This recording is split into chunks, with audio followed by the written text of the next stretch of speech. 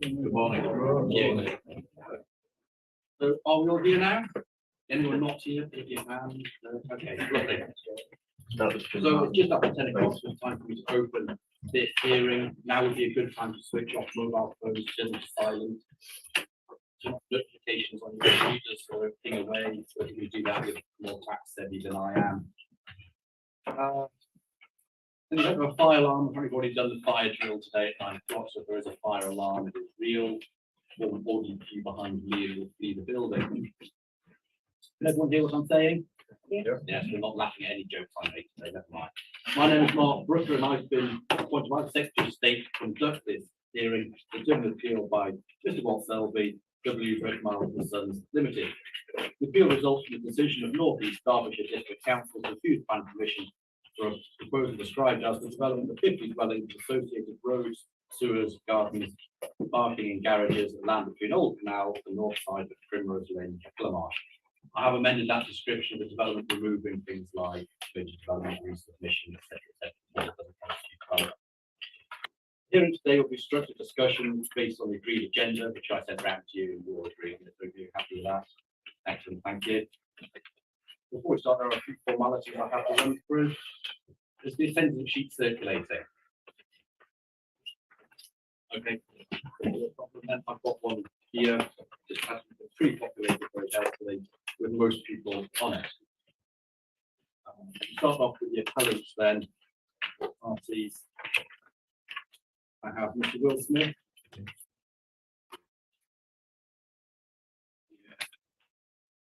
Mr. Selby. Yeah. Mr. Jeremy. Expectedly later. Okay. Yes. Fry. Yes. Yeah. Mr. Bolger. Mr. Edgar. And this is the limitation of the English language. Mrs. Liz Mia. Miss. And I have Mr. Hardy as well. Yes. Yes. Appreciate I've got you double stacked here sometimes, so when we reach the topic of pyrosexual, I can shuffle people around as necessary. Otherwise, it's not a huge room, so I'm sure we'll miss out on anything. Then the council, again, the limitation of the English language and pins etiquette, because I asked Mrs. Liz. Liz. Mr. Carter.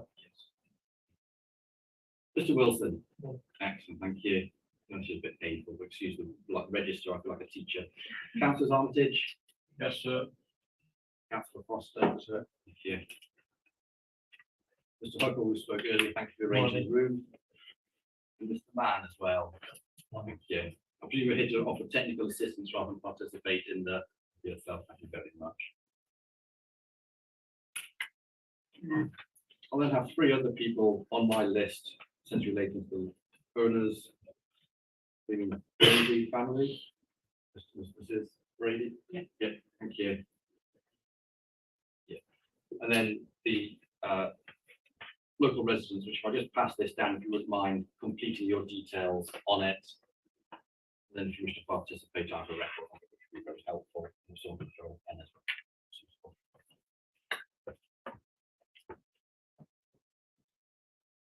Anyone here from the press? Anyone intending to record today's events, other than the live stream we have running at the back of the moment? No? Okay, thank you. Notification letters. I've got a copy of the council notification letters of the appeal confirming the date, time, location of the hearing. Quite happy representations. I've had copies of all the representations made with respect to the appeal and the original planning application. I will have due regards to them reaching my decision. If both parties happy, they've had copies of those. Site visit. So I've seen the site and all the details that you've submitted, so I'm reasonably familiar with it. I will do a site visit later. It'd be my intention to conclude the hearing here rather than have any discussion out on site where it's simply more difficult to manage it and for me to take notes. So before we leave, make sure you've had everything said that you want to say. If you want me to note anything out on site, make me aware of that, please. It makes it much more easy to work out on site. Conditions, we will be discussing conditions today. That is just standard procedure. It doesn't affect anyone's case, anyone's position. It doesn't suggest that I've already reached a decision. It is just standard practice. Costs. I'm not inviting an application for costs that are already to be made. They should be made before the site visit. In addition, I have the power to initiate the award of costs whether or not any applications have been made by the parties. If I were to do this, we would follow the written process with the relevant party after a decision is issued. So we'll run on to the other preliminary matters I've got. Plans, which I received a revised statement of common ground. Is that the latest copy of the statement of common ground? Right. Yes, please. So the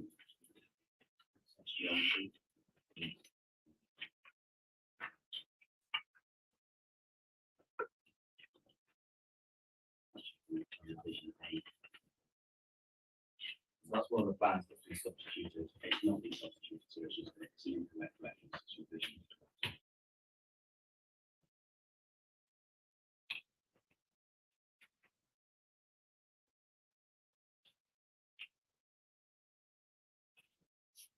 And then the other reference to the temp effect in the fence, which is 1200 mil.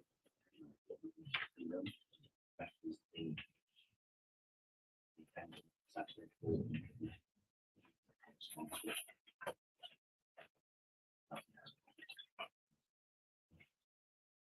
useful just to get that clarified.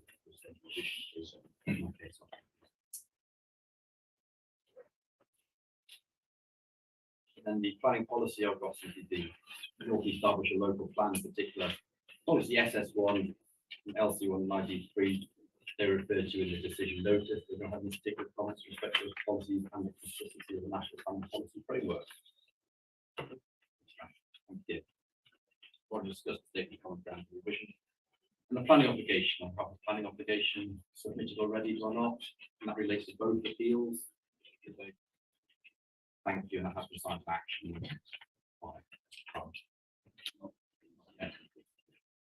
So how long following closure is required to actually complete that?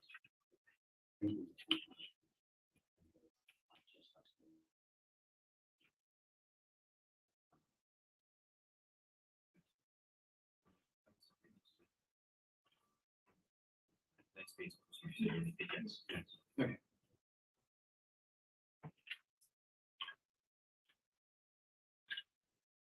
Anything else anyone wants to raise before I move into the main issues?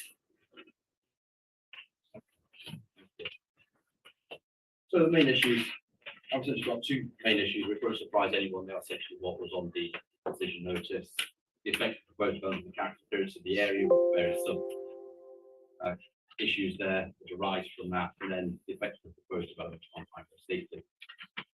Pick up various other matters as well. But please do, if I am moving on before you've had your say on a particular topic, do just please raise your hand and I'll come back to you and cover that topic before we move on. Launch ourselves straight in then. Policy LC1. K3. My first question is the allocation of the site residential development and phrase approximate capacity. Council like to outline their thoughts in that regard. Yes, so what approximate obviously would mean in the region of 30. Our position is a simple one, which is 50 is almost double 30, and on any ordinary reading of the word approximate, more than double would not be approximate. So 50 is more than approximate. Really in a nutshell, that's okay. Saying that if it's not within approximate 30, it is contrary to that policy. Exactly. So if it was 32, for example, then it would be approximately within the 30, but 15 was How did that figure come about? 30. I can take the structures on that. So I have to say, there is discussion in the policy at reference count 3 at 7.3 to having identified what planning permission was previously, the answers are probably this. Planning permission previously been applied for and granted for 30 items. whatever reasons development never actually happened. And I think the best answer I can say is I think it probably comes from the fact that planning permission had been given for 30, so consideration had been given 30 was considered appropriate, and that's the bigger.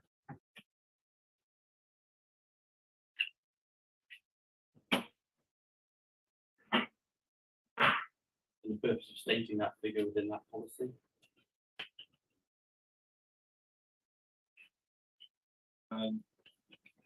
Well, my position on that sort of be because that figure is an umbrella approach, but by stating that figure of 30 effectively, that encompasses issues of question of sustainability, effects on character and appearance, etc. So it's really just a benchmark at the time of all the other factors. So that's the purpose of the figure.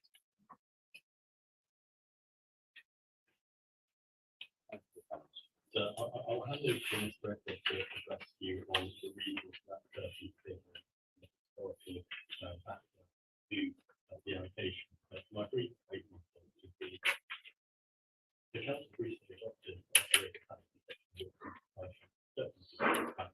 in the area. The word approximate should be given to the legal submission for the approximate. But the council clearly could have said no more than less than. It said approximate, which told the local planning sector that was a sound allocation. By simple submission, approximate should have the meaning that it should have, which is roughly 30.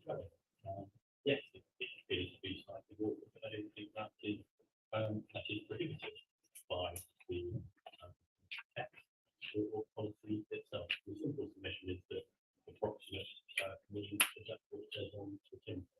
As to how that became the number set out. Yes, sir.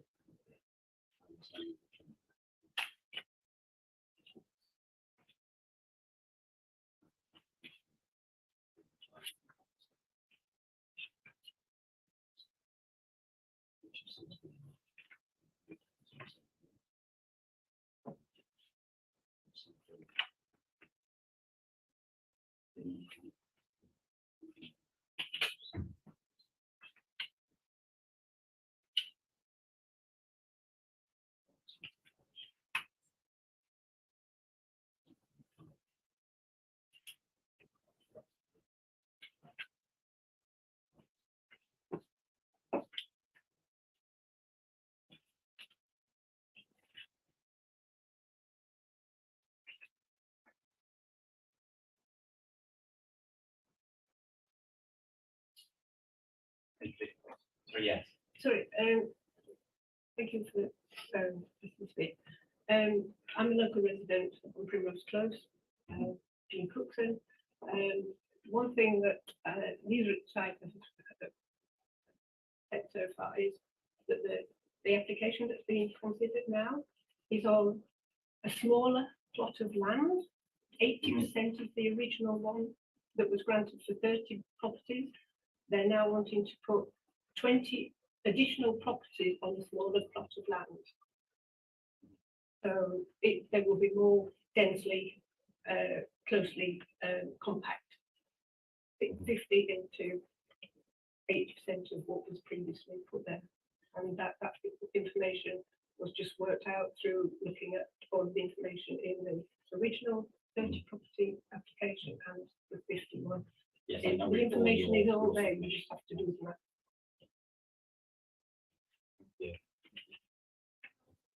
Just add that the 30 figure was looked at through the local plan process. Through the course of the local plan executive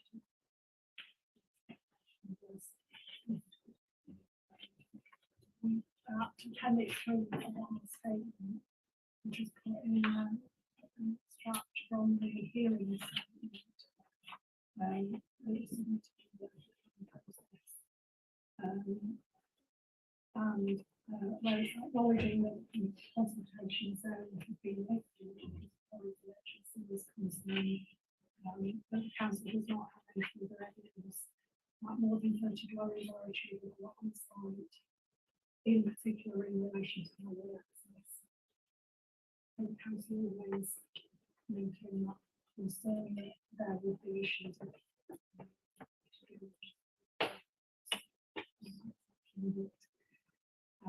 the policy doesn't include that's all that has always been an issue for the council.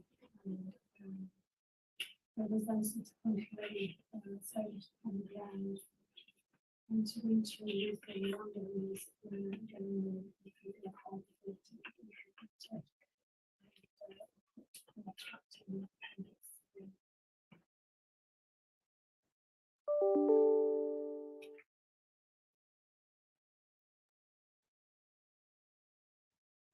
So the purpose of including that figure, how does that relate to sort of the overall housing land supply in that local plan, the local plan period? Presumably sort of Well, added up. Yeah. Sure. Figure is part of the calculation for the land supply.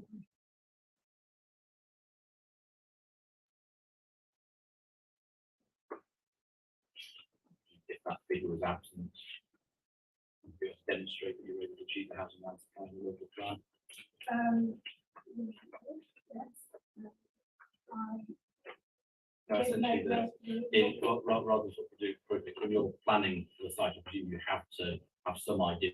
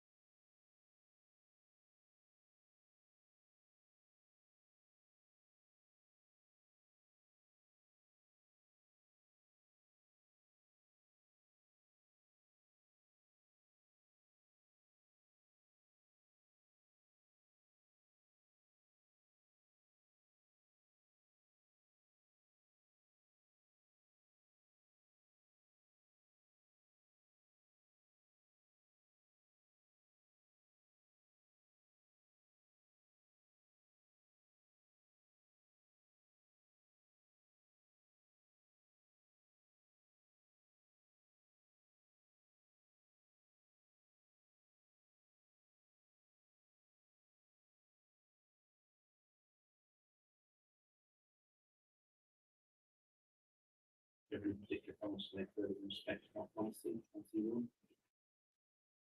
and only in terms of the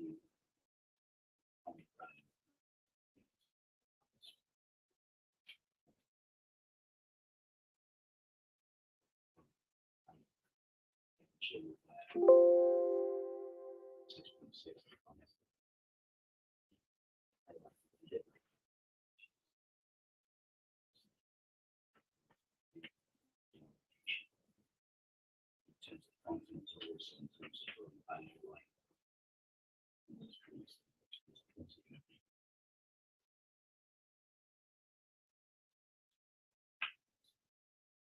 So in respect to the comments of the party reps there in terms of the site size, why has that site particularly changed in its size?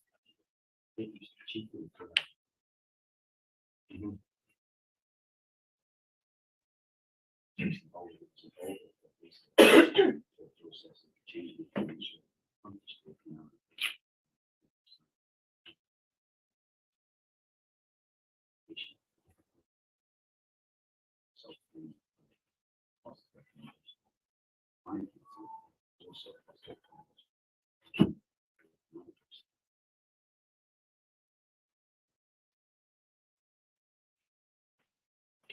any particular comments from council in respect to the size of the site and the changes that made?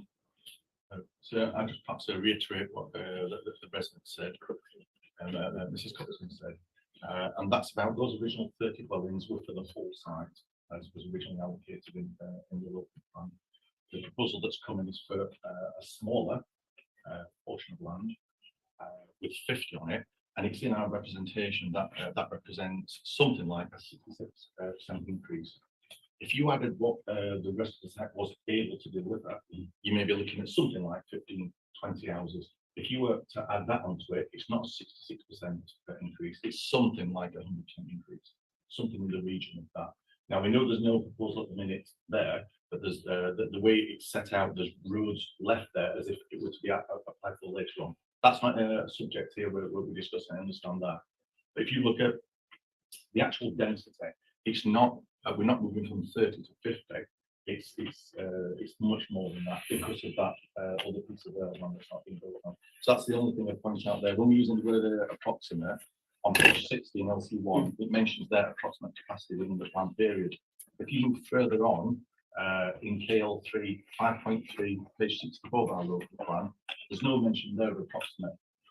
This site is located to the north of Marsh, 2.87 hectares in size, and is expected to deliver 30 dwellings within the first 10 years to the adoption of the plan. There's no approximate there. Yeah. There is an approximate earlier on, it's in that table, but not in the main writing.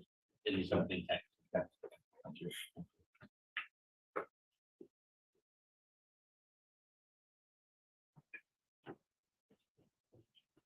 The matter that we were going to address later is likely to be addressing now, we'll pick up it when we come on to that. I've taken a rather split approach in terms of trying to deal with the policy side first, and then we'll tick on to the character and appearance slightly later. It might be just cut up through. Yes. Can I just add the point on the size and shape? Yeah. This whole process was started off under the old local plan. The new local plan was only adopted before the decision was made. So under the old local plan, the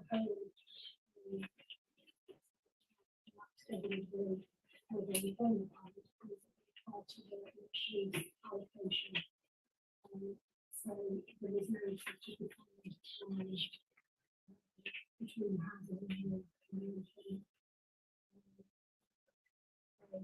Hence, the line doesn't follow what has been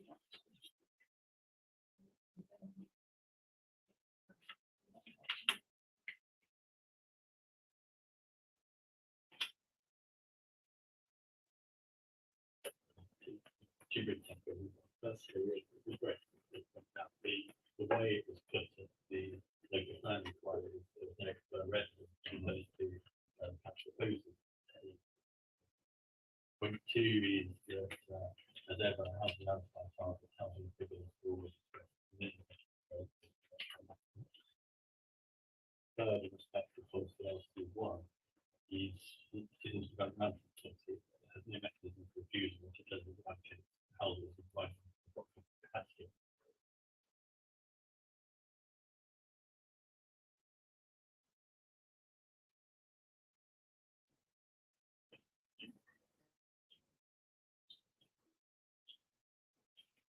We'll leave them. Are you finished? I'm very gracious. Council, you happy to move on to an LC1 now? Yes. Just one point, so if you don't mind, there is a slight misnomer there. The site is smaller, but it's not 8% smaller. It's only nominally smaller. What we did is we widened the site in order to get the frontage onto the canal from the active road frontage. And therefore shorten the length of it. And those figures were agreed. In the state of ground. And it's not 80%, it's only nominal for the difference between the size of the application side and the applicant's.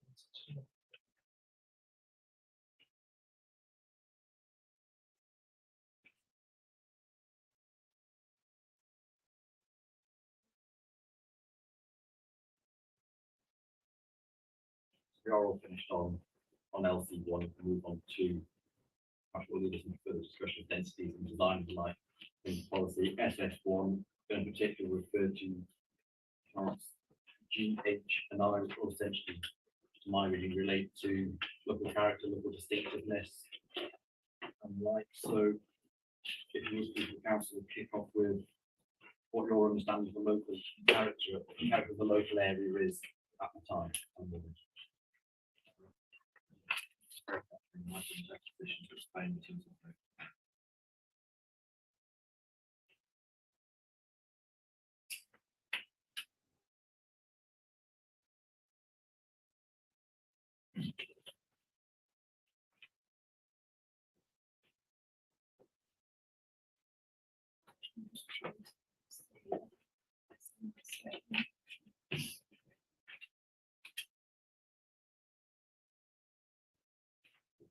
sorry, it is covered in our statements. It's covered at 10.1. Effectively, our position is sorry, I think it should be better placed to actually properly on it. It starts at 10.1 of our statement. Effectively, we're talking about a greenfield site in a sensitive location, at a settlement edge. It's a non-designated heritage site. There are policies for restoration and green space. But we are talking about a greenfield site in a sensitive location. Effectively. So I'm sorry, I didn't mean to then speak over Ms. Rose. I thought you might want to add more detail to that. So if you want to add more detail. I think the main point is, one of the main points is that it's at the second intention.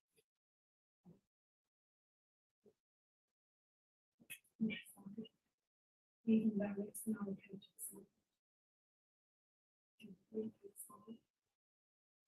have the canal corridor, which is in this area. And policies in the local plan. Canal corridor. General grading.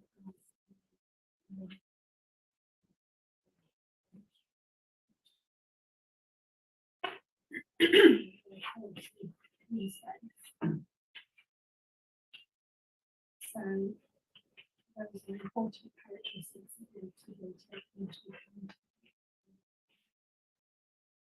And the housing and residential properties of the area. The area. They have these general limits. So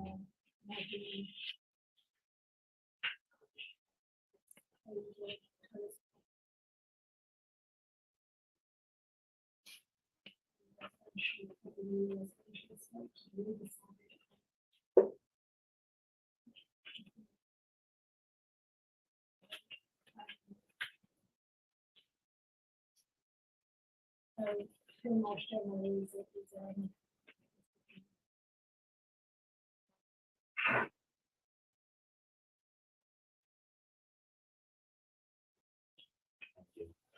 For that description of the area, of the character of the area.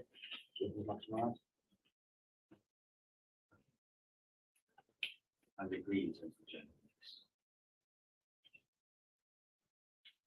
Once the food is done, I'll check this out.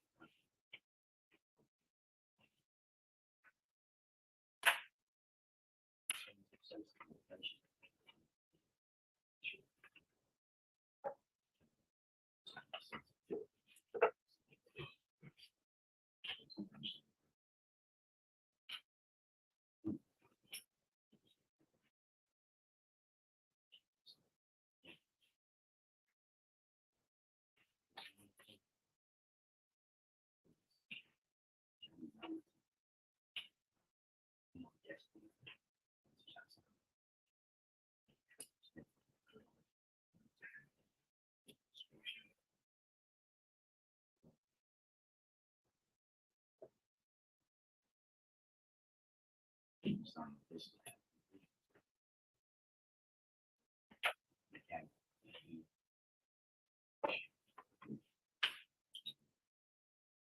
tremendous. Right. So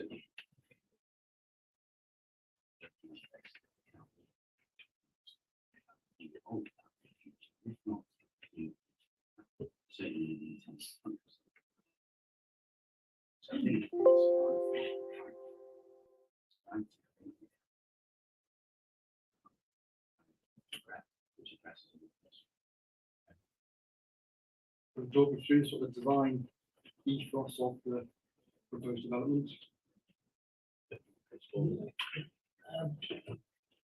Let's throw it around on the table.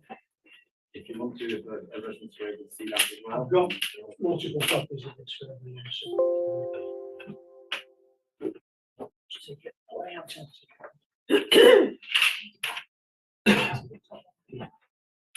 you have all three?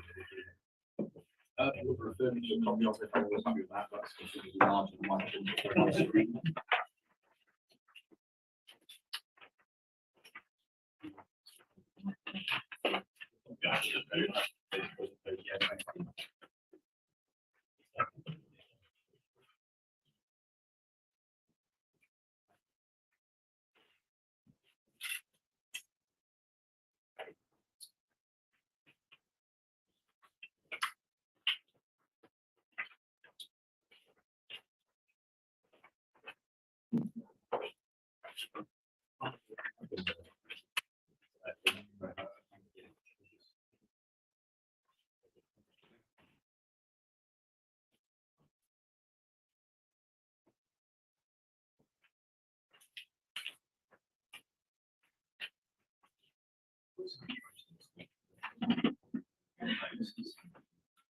You have one more down the bottom, please, for these.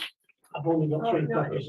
I think we know the site. the Okay, proposed fine. site there. Terrible, sorry. Okay, don't worry. It's no all right, problem. we know what Read to do. upside down, it's okay. I'll have to do it from memory myself.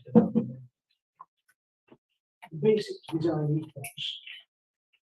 I dealt with the original strategy with an external consultant.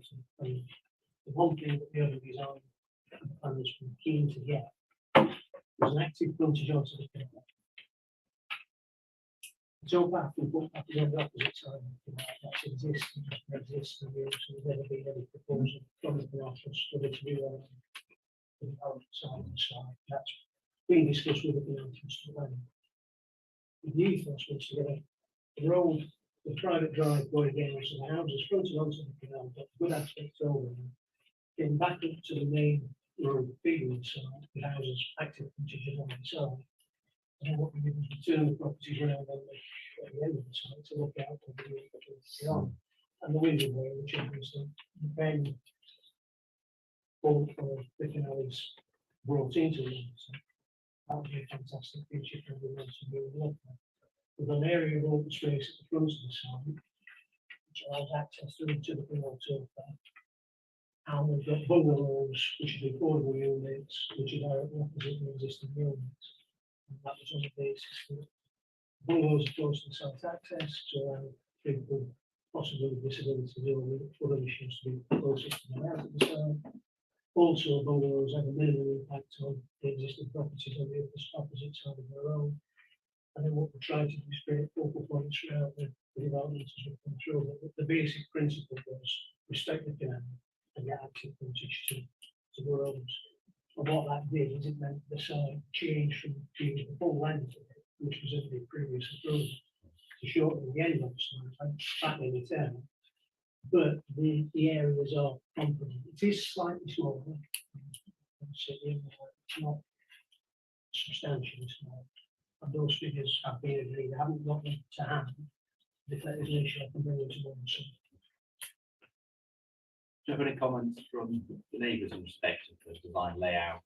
So I've read what you have in submission, but Well, short of going into the whole discussion about traffic and actual road access, well, just yeah, about the touch site. on it, we'll come Yeah, back to that Yeah, later. yeah, behind the I'm stage, sure.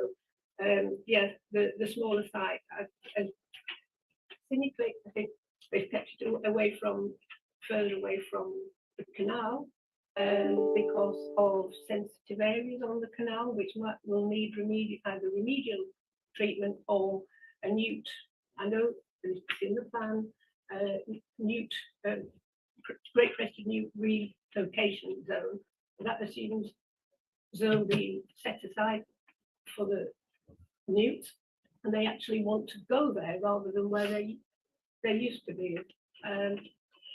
But as for the site layout, I have no particular comments on it. So, perhaps the only comment I'd make, mate, I think in our submission, this with got a plan which shows exactly what the site layout is compared to what it was before. That slight widening and the plot's been cut off at the end. And for myself, when you look at it, I think anybody can clearly say it's a substantial amount that's been cut off. It is substantial. I think we've got that in our, so when it comes to the actual layout, I think that's in our submissions to demonstrate.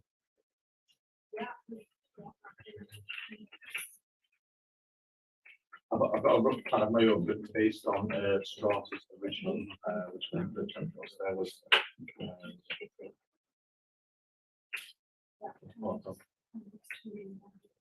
That's what I'd like to make reference to when it comes to the actual layout. So we've got a clear idea of what the actual difference in size is.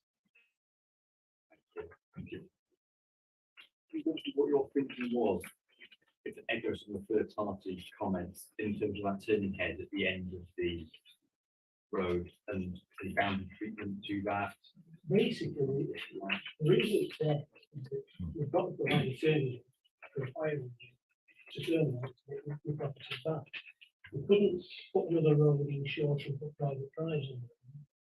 It's too far from the junction of the other properties. I've got to put a turning there purely and simply to get building regs at the end of the day.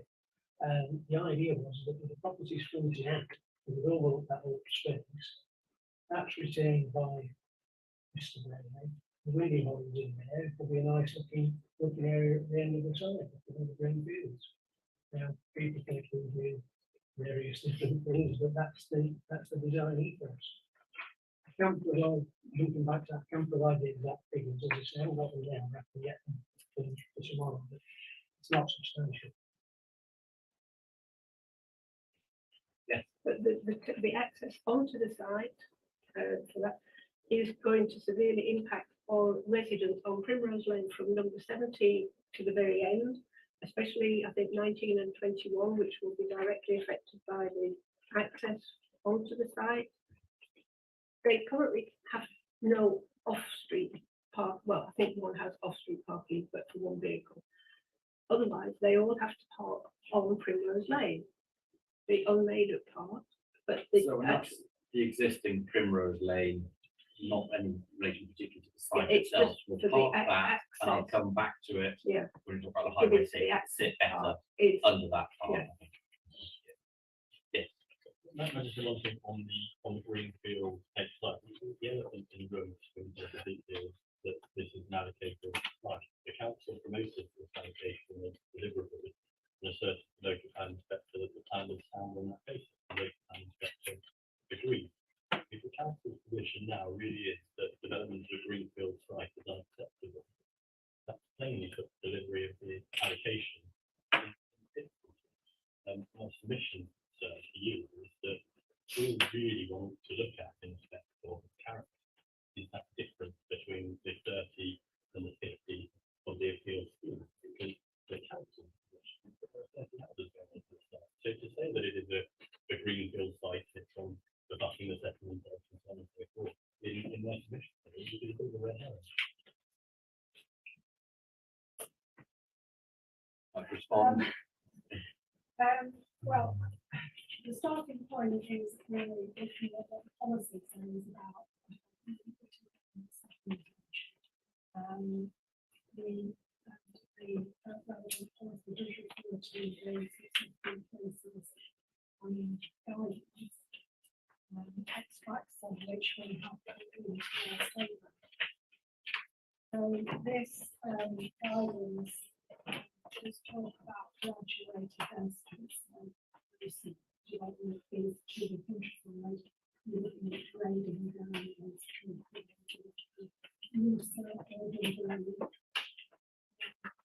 in this case, we have the corridor which is called feature and has to be sensitive to the site. The guidance would be urgent towards measuring developments, and we've got spaces between in properties. In this case, we've got quite a long stretch of substantially quite heavily dwellings with little space. It's a car dominated frontage with accesses on the right hand edge of the canal. But, you know, it's not taking the opportunity to provide access in the rear. The frontage is really dominated by the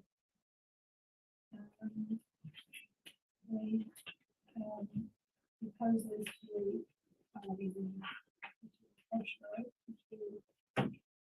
properties in the canal corridor, so in effect, feathering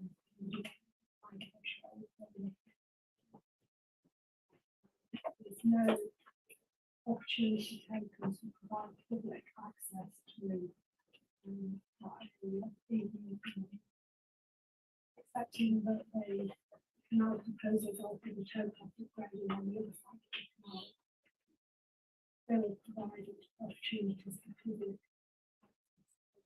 access.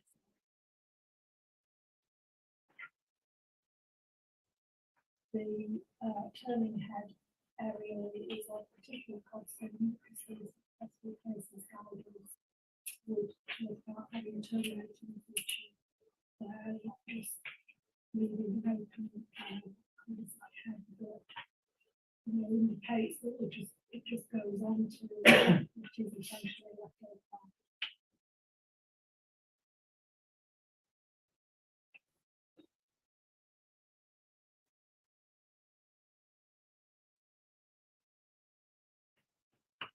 So in all those respects, I think it just goes to the issue of density because the density scheme is really benefit those opportunities for having creating use.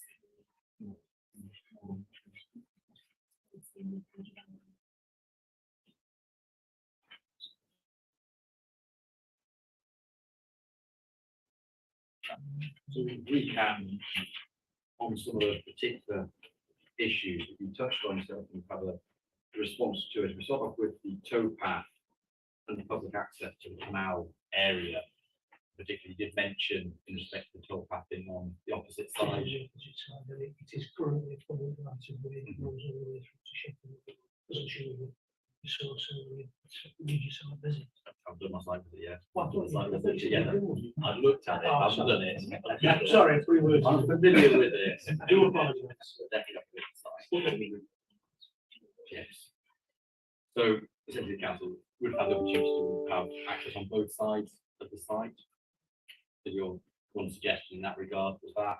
The canal trust have never asked for that. In all the discussions we've had, myself and Johnny have met the canal trust on several occasions. Had plenty of dialogue with them, which is why the winging on the figure, which is essentially internal for the, just because canals by nature are very narrow and they don't turn and go around, and that was the reason for that. We were quite keen to get that because when it comes to the Primrose itself, it's got to 5 or 70 a lot. I can't remember. Maybe they get the stretch of water above it before the log, and that would allow people to turn around and go back, which was a key factor in the discussions with the canal trust. When we were discussing the layout with officers and other designs, they like to encourage the approach with saying, even with the looking out of the site rather than the houses back to on the side, the land that's left behind. Essentially. Which is why the layout is where we're at. It's being informed with discussions with the canal trust officers and urban design. So we can just touch on that again then in terms of this, in terms of the land left behind. Well, So what are we getting up to this side, to east of the site, and then again to the north of the site there? What's your expectation? at the moment, that site's, it's just a piece of land. It's nothing that we're concerned with. We're putting a boundary and a hedge on there to soften that boundary to the field. And this is a revised shape, if you like, of the allocation to achieve what officers and urban design were looking for. The original strata scheme had lots of properties backing the talking, which the council was grudgingly accepted, but it wasn't what was ideal.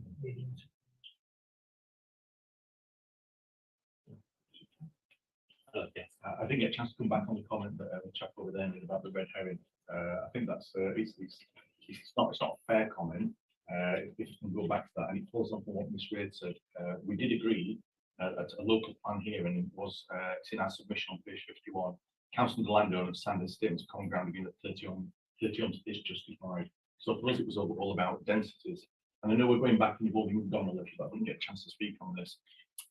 When we look at density, if you look in our submission on page 10, 10.2 to 10.3 describes it perfectly, the answer to that comment made, but particularly one part that when we're deciding and looking at density that we find acceptable as a member of the planning committee, we do use successful places, our document, and we use that as it's adopted as planning guidance. So that's what we look at. And it states in there, paragraph 3.6.7, it states that density should normally be reduced towards the areas of lesser activity with lower densities along green corridors towards settlement edges and against the countryside to assist with a graduated transition between town and country. So I didn't want to read the whole lot of it, but that in particular, that's how we arrived at our decision when it came to looking at this. If we speak a little bit further, there was no mass objection to 30 houses being developed within this area. It's the number. It was always the number and the density.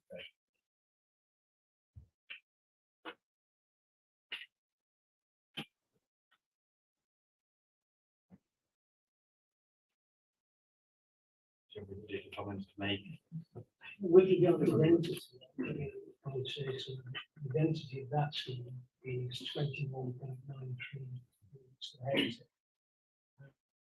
An accepted development can be between 30 to 50 to hectare. So I would argue that it is substantially less. We meet all the standards for gardens, interface systems, everything else that's in the document. Councillor Foster just mentioned that places. Successful places. Thank you.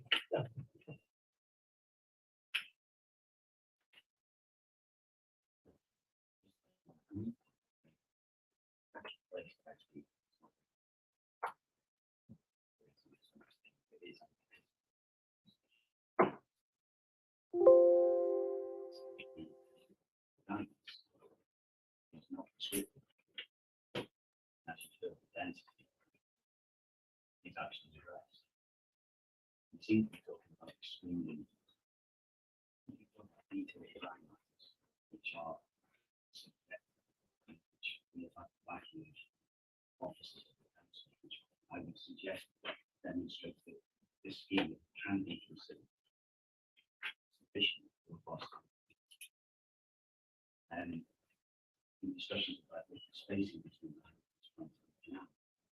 that has been discussed in earlier information and the designs of the stage. Access across the site. Once the turning head is the right, there is a third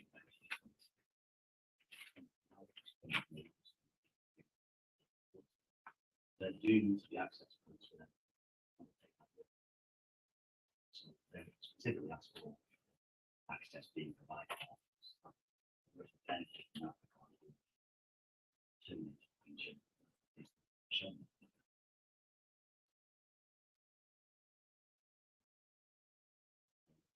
Just in terms of the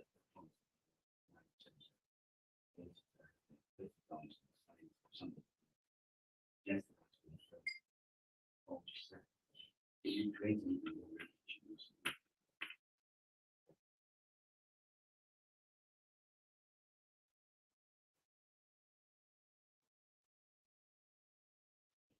My narrow point, which I thought about not making. I was really focusing on the first half of reading Refusal 1, which is the green for aspect. In response to that, we had lots of detailed design, which didn't feature in the reason for refusal per se. But I think when I feel they have to actually the reason for refusal based on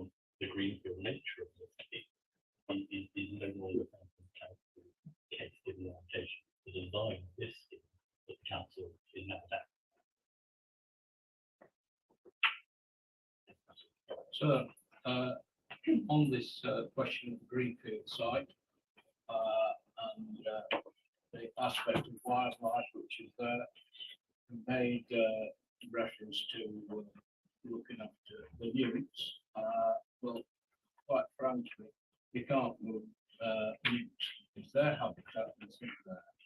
The fact that it's going to be built on will destroy the habitat of plenty of other things, small rodents and things like that. Small rodents all come into the food chain, or things like hawks and things like that. You're going to destroy it. You're going to end up with foxes, the urban fox getting all over these houses, and then people say, "Oh, we don't want this." Well, you've got it. And if you go and build on greenfield sites, you're going to get this. And the other thing is, it's a greenfield site.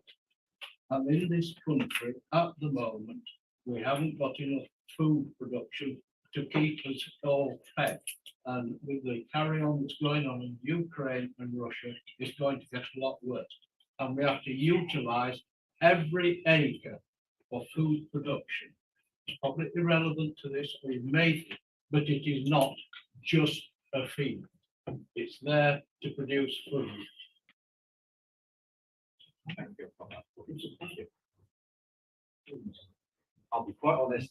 No, we're fine. I've got that point noted down. I appreciate what you say, but no, I'm quite happy to leave that there in that regard.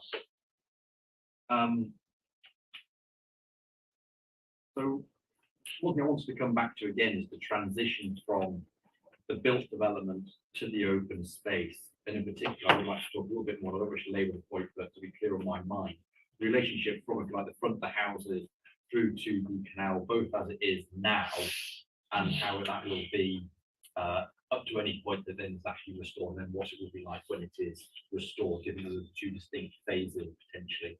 We don't know or have exact commitment to when that canal might be restored. At the moment, and as you'd see when you visit the sites, and then using you've been earlier on,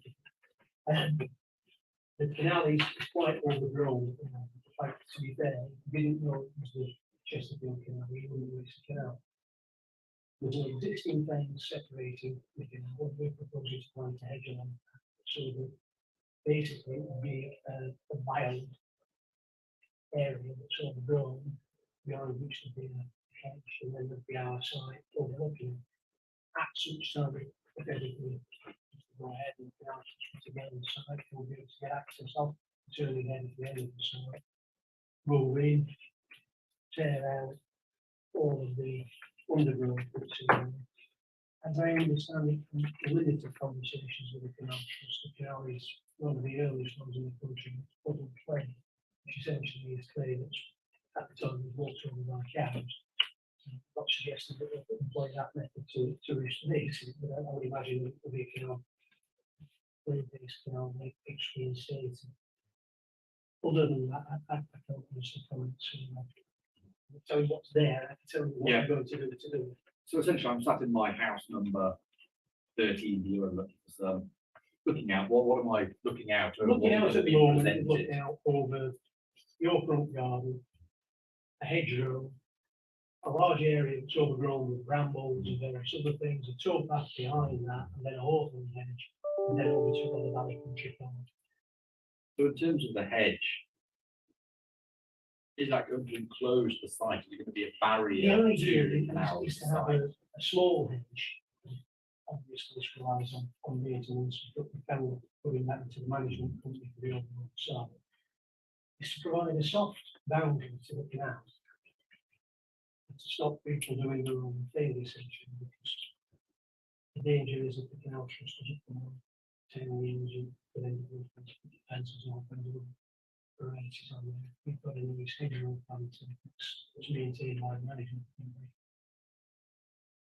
That would ensure that it's there throughout the life of the site.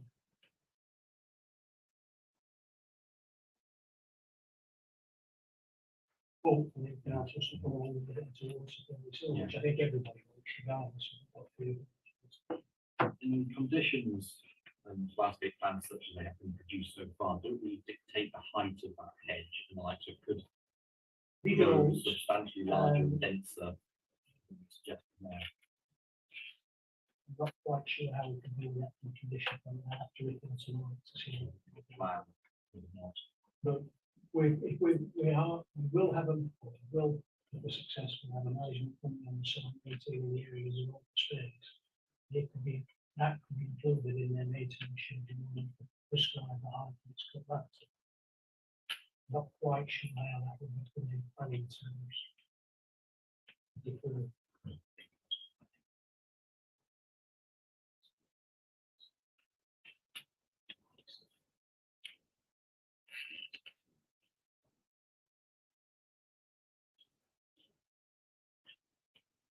Any particular comment from council in that regard and the boundary to the canal? Well, as we set out in the statement, we would have a settling effect.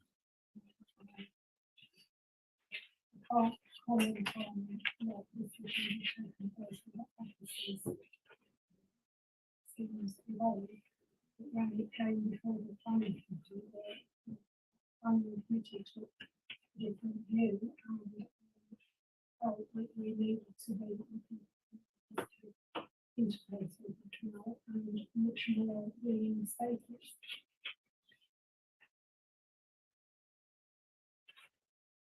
The effect of the hedge was simply to the top of the canal, which is on the very sensitive area. With design.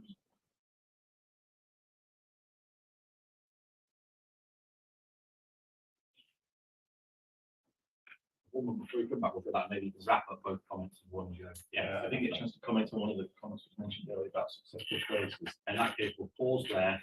Okay. Finish it off. Thank and you. we'll come back to successful places in a moment if you want to. It was just.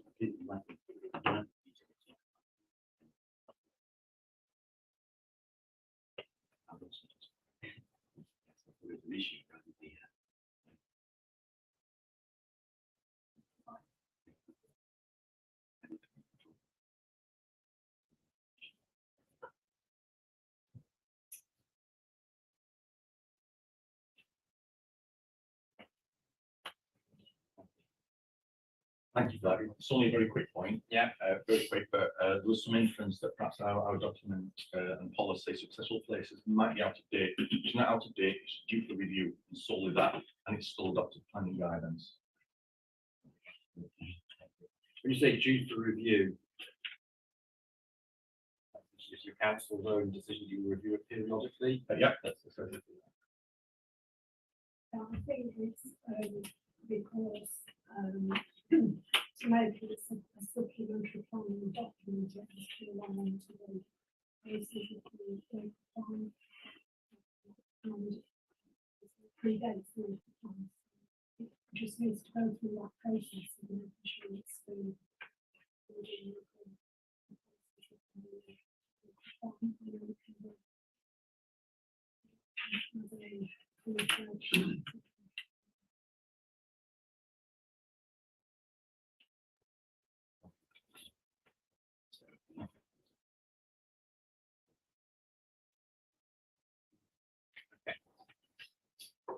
One of the other points raised by the question in particular, I'd like to talk about design points of view, was the described as a long row terrace of 5-bed properties set out on the boundary of Greenville. In fairness, the substantially less 5-bedroom properties on the 50-unit scheme than there were on the 30-unit scheme. There's a mix of properties on there, including 2-bedroom rooms, which is required. A less number of 3 beds, which I accept, 4 and 5-bedroom properties. The nature of the site, being fairly long and thin, dictates the forms to a certain extent. As I said previously, the reason we widened it was to get frontage onto the canal, but that does give that long road.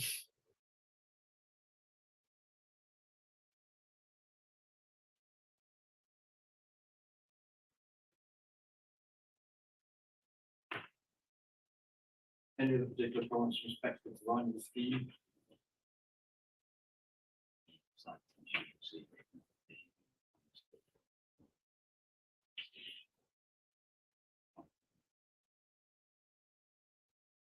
It is very extreme. That is.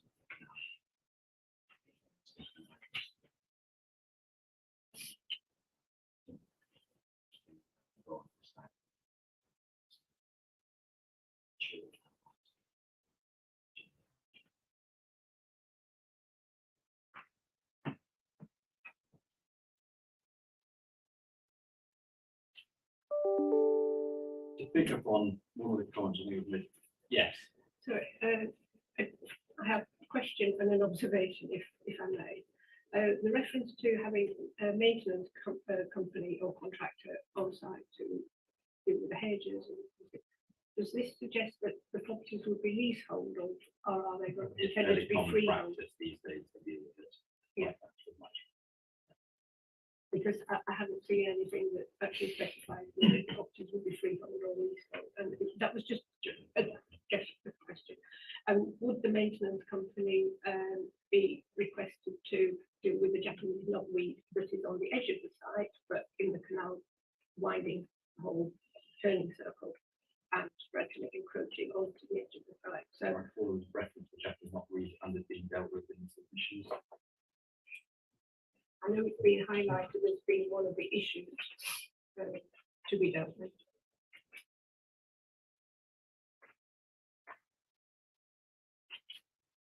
I would say if I recall correctly from submissions that were dealt with within there, that it would be. I'm quite happy with that.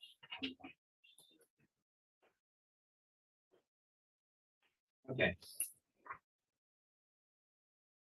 As I think, picking up on one of the comments that actually came from third party representations from the neighbours was regarding what I got picked out was has the site essentially been optimised or maximised in terms of density? So we've got to respond to that. No, particular comment. if we optimise and maximise, it's 30 to 50 on the side, which is achievable on sites across the board. There isn't this 21 time, which is by definition quite a site density.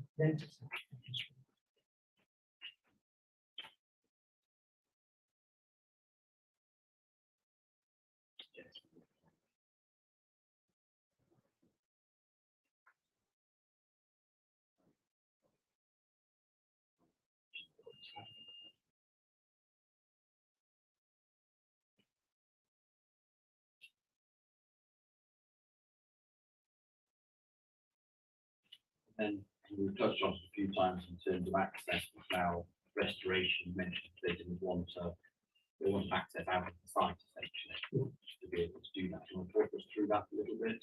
That affects the layout of the site. Well, as I understand this from the canal trust, the frontage of the site, that area of open spaces will also have a balancing function underneath. So before the provision, access to the back. But once that's done, obviously, it's only to the moving to the crossing. Therefore, the access needs to be on the side, which is why the road comes to the side. The canal just may be an access.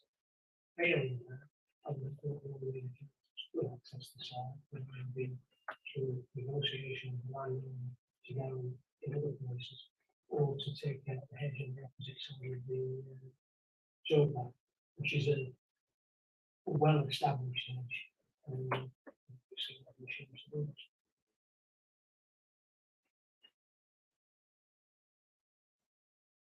You're happy that the council that they could access the canal to restore it? We're happy with that. I have been to see the points. They said to me they've not, been suggested they've not objected to the development. Their comments relate just solely to what is within their remit, which is the restoration of the canal. And they haven't commented on any of that in the actual design and layout of the development. it's acceptable to say that there's a design from the conversation I had recently. The third way in would be of this first area of open space, which is where the tanks. They suggested that could be designed to a sufficient loading to take the machinery that needs to go in that area. The first cul-de-sac is also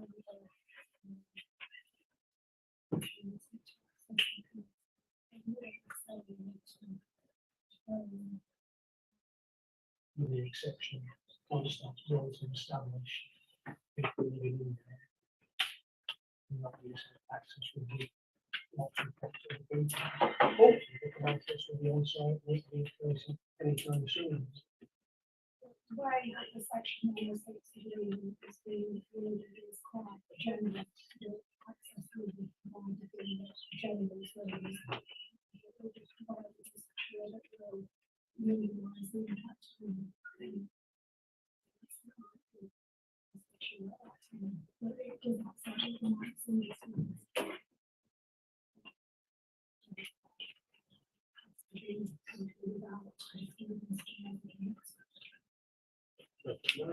Slight issue with in the canal trust, we obviously don't have any updated statements for them to verify what's been said, but certainly in Ross's report, the one I have in front of me is the April 2021 one, sir, paragraph 7.16. The canal trust commented that the scheme is well designed to take advantage of any future views over the canal and prevent an attractive frontage to the canal. So certainly their position as of a year ago was the scheme was well designed. Thank you. Can I? Yes. There's always one. Don't worry, I had that moment of horror that I thought mine. Everyone.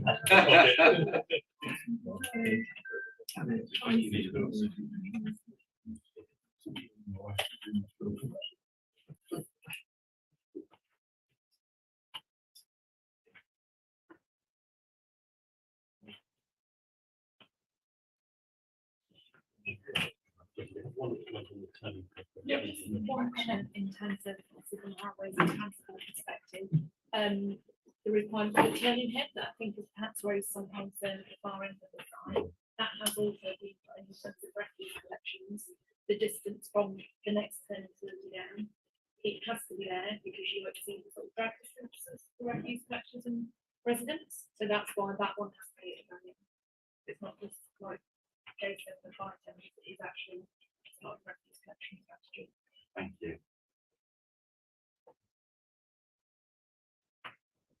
So in regards to that first item on the agenda, do they not have any other particular comments they want to make in respect of density, availability, character and appearance policies? Perhaps so just so we haven't spoken when it comes to density, we haven't mentioned the national planning framework from what I've Particular point you want to make in that regard? yeah, well, in this case, we consider that the effect on character setting and highway safety were the most important factors in determining an appropriate density. So for us, it was appropriate density. It wasn't about maximising and optimising. And there's plenty in our submission there at 6.2 and 6.3 without me reading out. I'm sure you've got that there. Which talks about not wanting to maximise it, but to optimise it. And it talks again about the feathering. We've been on the edge of the country, which is about appropriate, and there's plenty in the national planning about that. Thank you, sir. We'll come back to the actual. Sorry.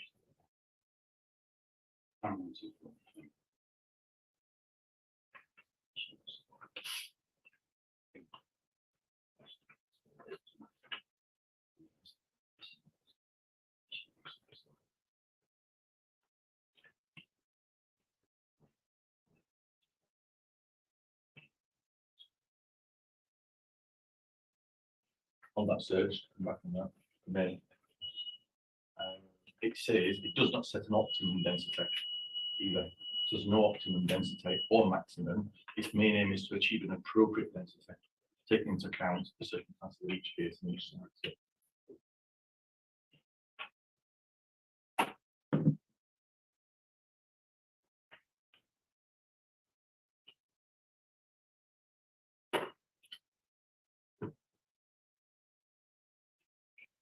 Yes. My name's Brent Transfer, I'm a Kilmarsh Parish Councillor. I'd like to go back to talking about the density levels. The word approximate was bandied about quite a lot at the early stages, and around a number of 30 houses. And approximate, as I understand, that is a regularly accepted number, is 10%. And to go to 50 from 30 is not 10%. Also, the other gentleman said that the site had been increased by a nominal amount.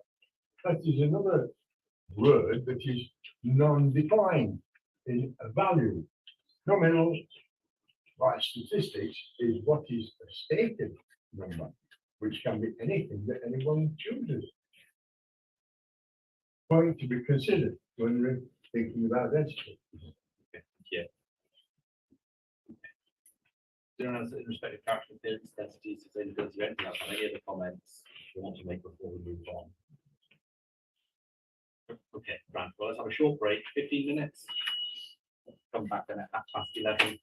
Thank you very much.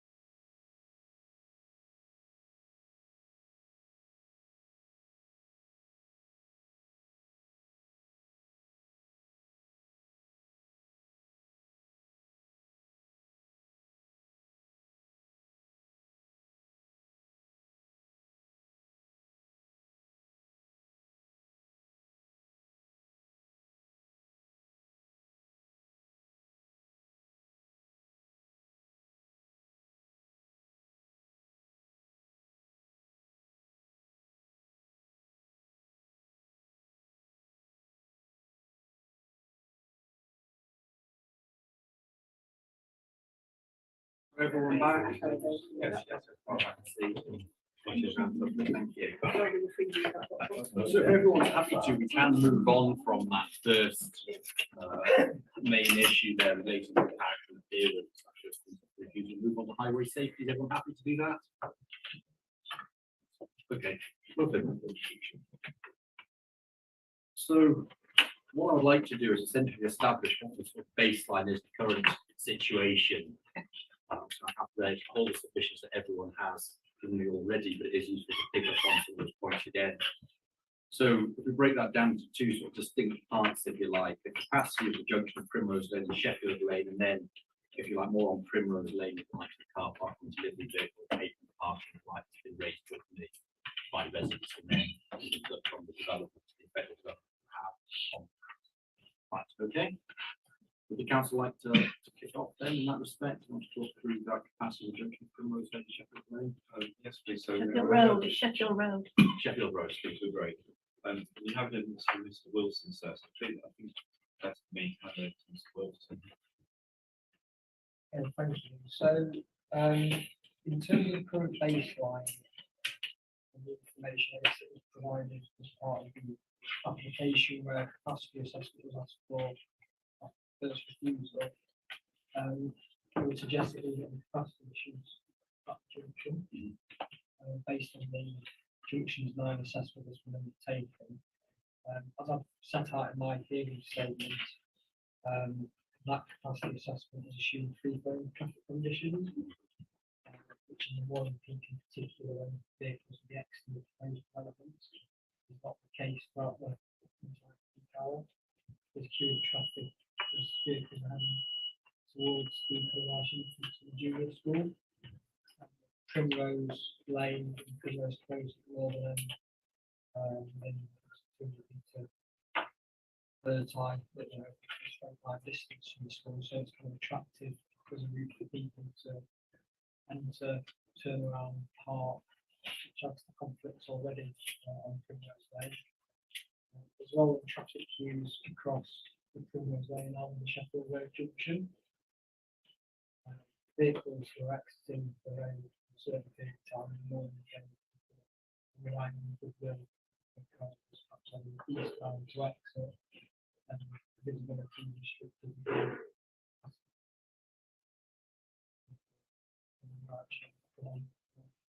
Suggest the distribution disputes. Would create an additional primary safety issue which hasn't been considered as part of the capacity assessment. I think it's worthwhile setting out that what's been witnessed on site, and none of the drivers of the vehicles and the parents and the pupils in the vehicle, but due to parking regulations. From our point of view in particular, that hasn't been proven in the submissions as to whether that would indeed bring an acceptable impact on health and safety.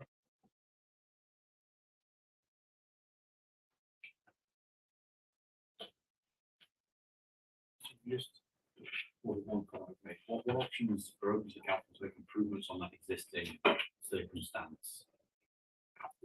Consider any actions that might alleviate the current problems, the highway and operational junction.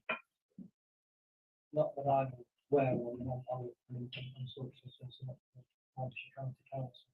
Anything that presence in this highway safety issue in terms of the accident record, but it's when is that kind of sweet spot that might trigger. It's 37 residential units, I think, in the road lane for those opposed to the next. The junctions confined in terms of what could be achieved there in terms of mitigation, not that that's necessarily required at this moment in time, but when you have the 50 units on top.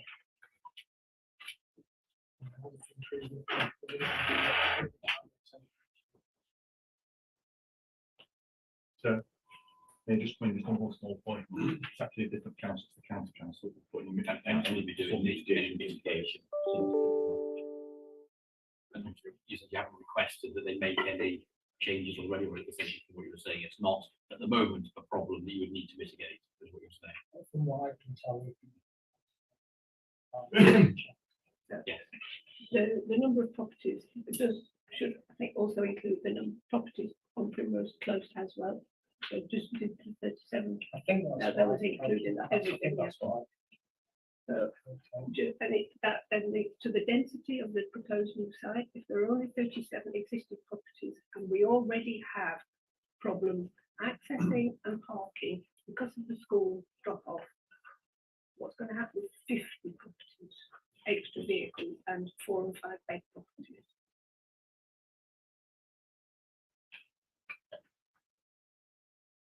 One point.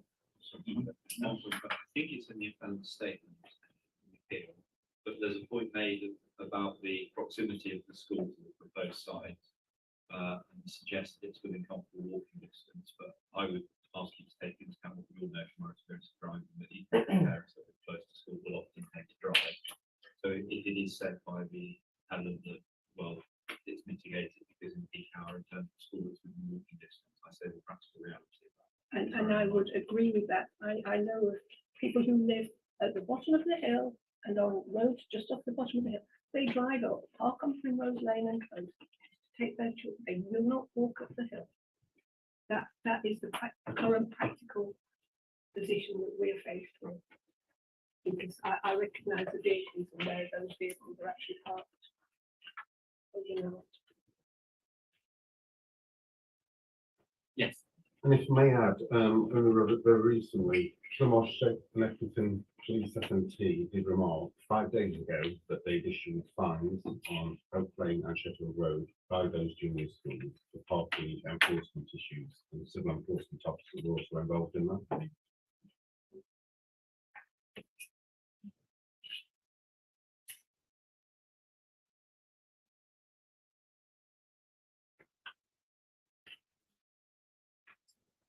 Yes.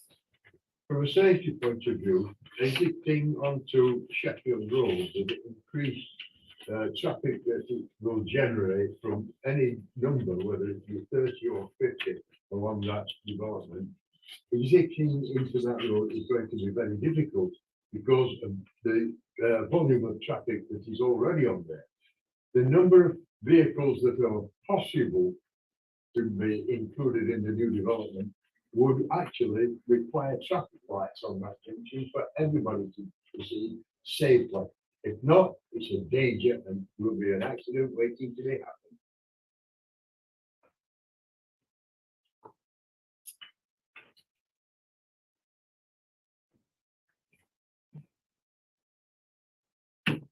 So if that's, what do you have to, the car parking?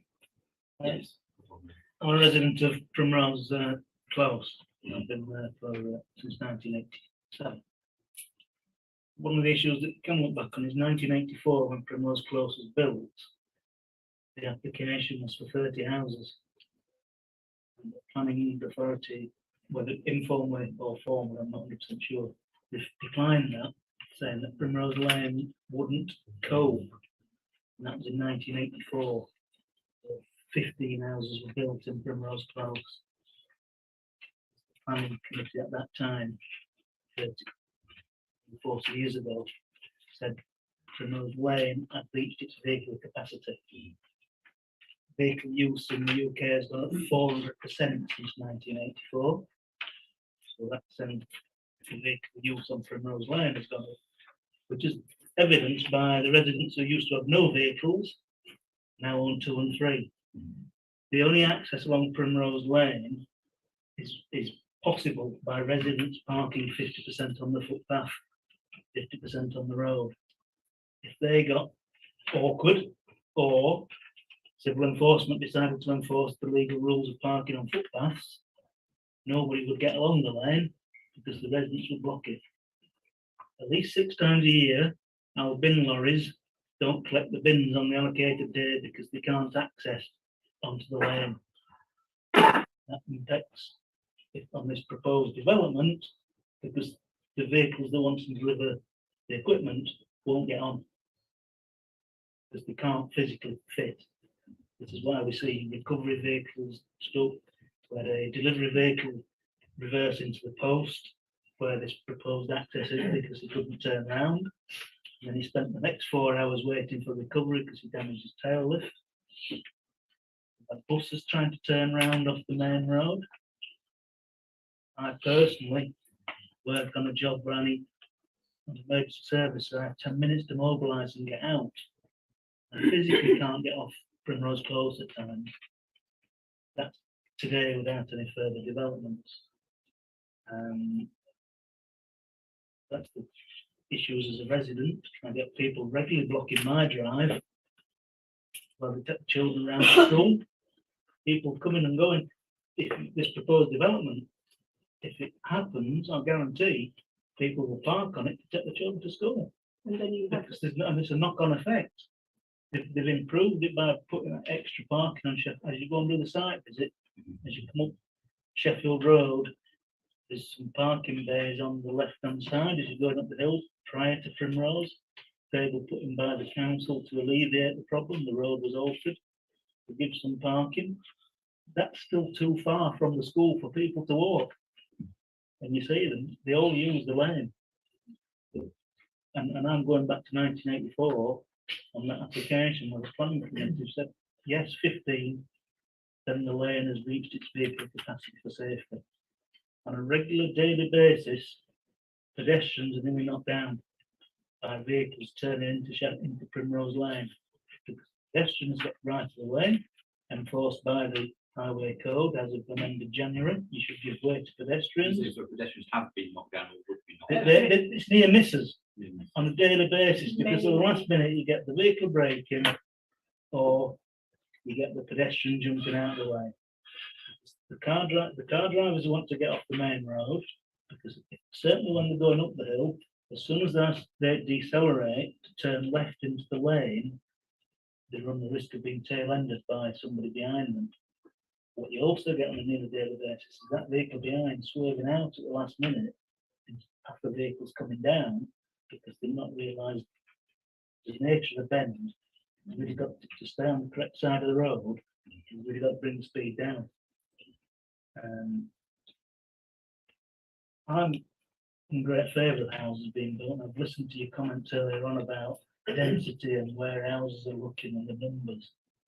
And I'm all in favour of new houses because the country needs it. This has been identified under plans that it's a field and it's suitable to have houses built on it. What I say as a resident, and many residents echo my opinions, is by all means that the access to this field should be off Rotherham Road, Bailey Lane, not Primrose Lane, and put a footpath access for people to walk into the village along Primrose Lane, but not for vehicles. Unfortunately, what will happen is this: if you approve it, is you won't see the KSI stats, kill serious injury stats, so post development, and then it's too late. Can I just? If I could just Sorry. pause, Yeah. get the gentleman back here first. Now, Thank you very much. Right, I can speak from experience with developments like this. And the vehicles that are needed to access and produce the development, the large vehicles, but have difficulty getting around with existing traffic and parked cars for the local residents. Cars being damaged by the heavy vehicles and the developers probably not acknowledging that their vehicles have done the damage. What happens then after that is that you can think that with modern things, the current situation is that the estates were not built for the volume of vehicles that are available to us all today. So we're all having problems parking already. The gentleman has worked out the turning circles needed for various parts. They stated those. Doesn't state what vehicle it is that's going to do the turning, but there are regulations that cover them. When you get them there and you get the new development in, they go out of the window because real life and what appears on the drawing don't always match up. It is the fact that theoretically these things work all right. He's spoken of 5-bedroom houses. Think in the future, a family, children in the house, 5. 5 cars per dwelling, possibility. It happens around me. My son has more than 5. He's parked off the road most of the time. So that's all right.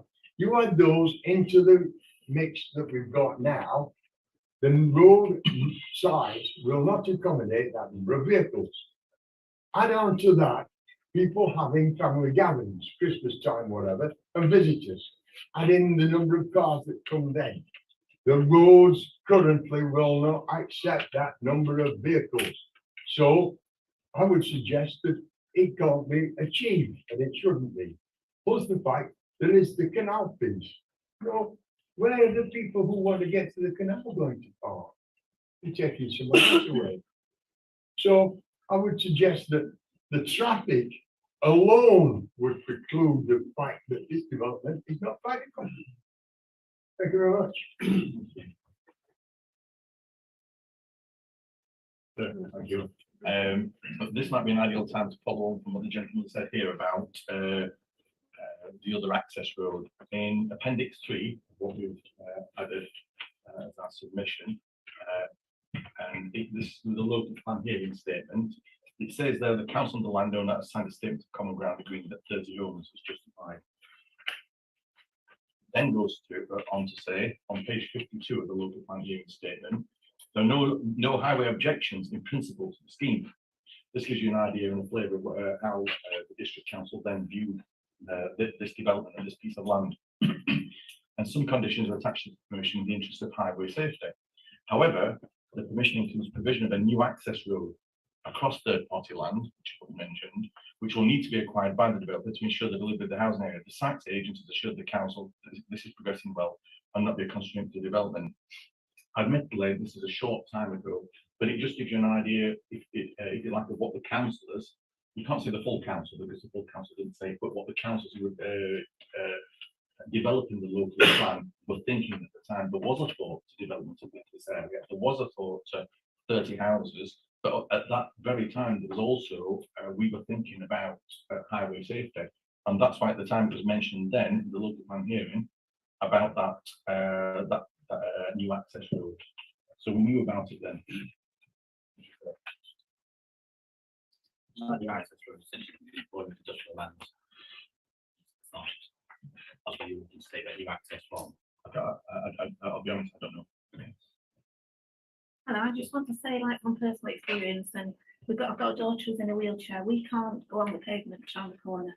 With all the cars parked on the pavement, we have to go into the road. If the car is on the road, then the cars can't come past. It's like, and I've been in a wheelchair recently, and I found that, and also parents with pushchairs, they've got to go onto the road. It's very dangerous.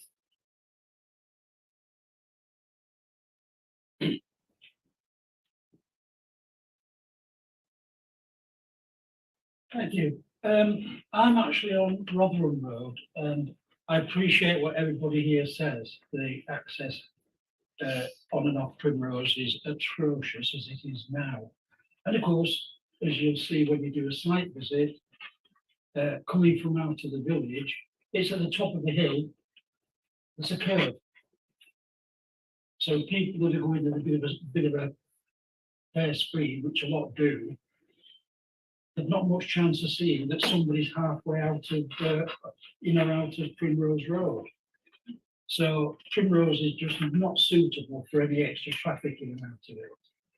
There is the mention of the other road up through Rotherwood, etc., and Sherwood onto Rotherham Road, which I live on. That's virtually at its capacity now. So if it starts getting extra traffic coming out on there from 50 houses, we're going to get gridlocked. That is horrendous, morning and night with the rush hour, because it's a rat run from South Yorkshire through Kilmarsh in North East Derbyshire to South Yorkshire, and vice versa. Plus, Rotherham Road is an A road, and it's the official diversionary route when either Junction 30 or Junction 31 of the motorway are closed.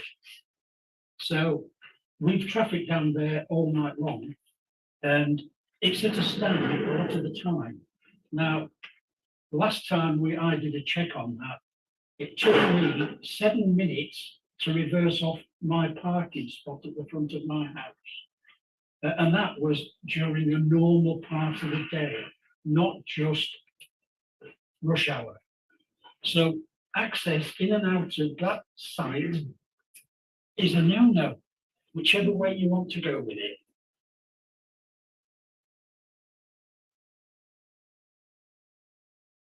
Anyone else on the current situation? Well, first of all, a question to you. You say you're going to do a site visit. I know it's not easy to say when that might be, but could I suggest you either do it around about 8:30 in the morning or between 3 and 3:30 in the afternoon? They are the prime school traffic times. I mean, the original traffic or site visit by people on behalf of the builder conveniently did it between 11 and 12, just as we were coming out of COVID. So a lot of people were still working at, or was it just after we'd gone into lockdown? But they came, there was hardly any traffic on the road, children were being homeschooled. That was the very first one. They have subsequently done other site visits, I appreciate.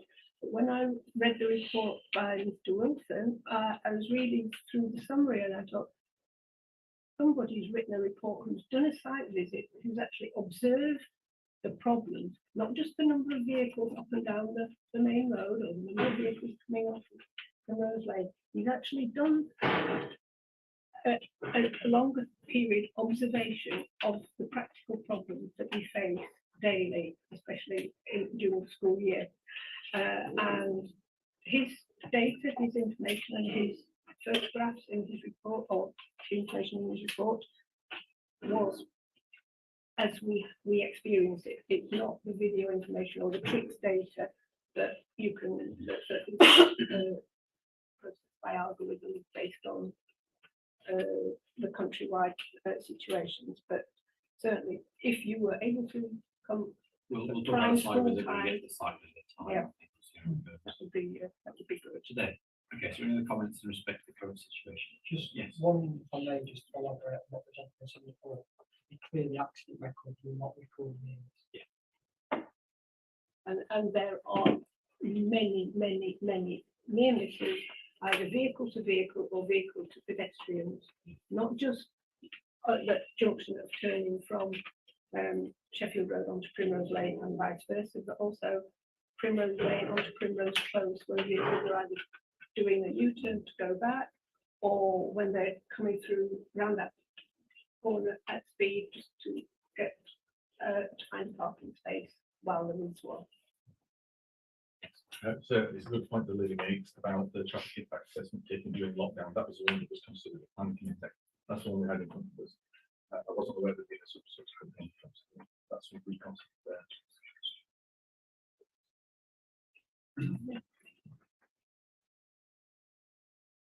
Any comments on the existing situation?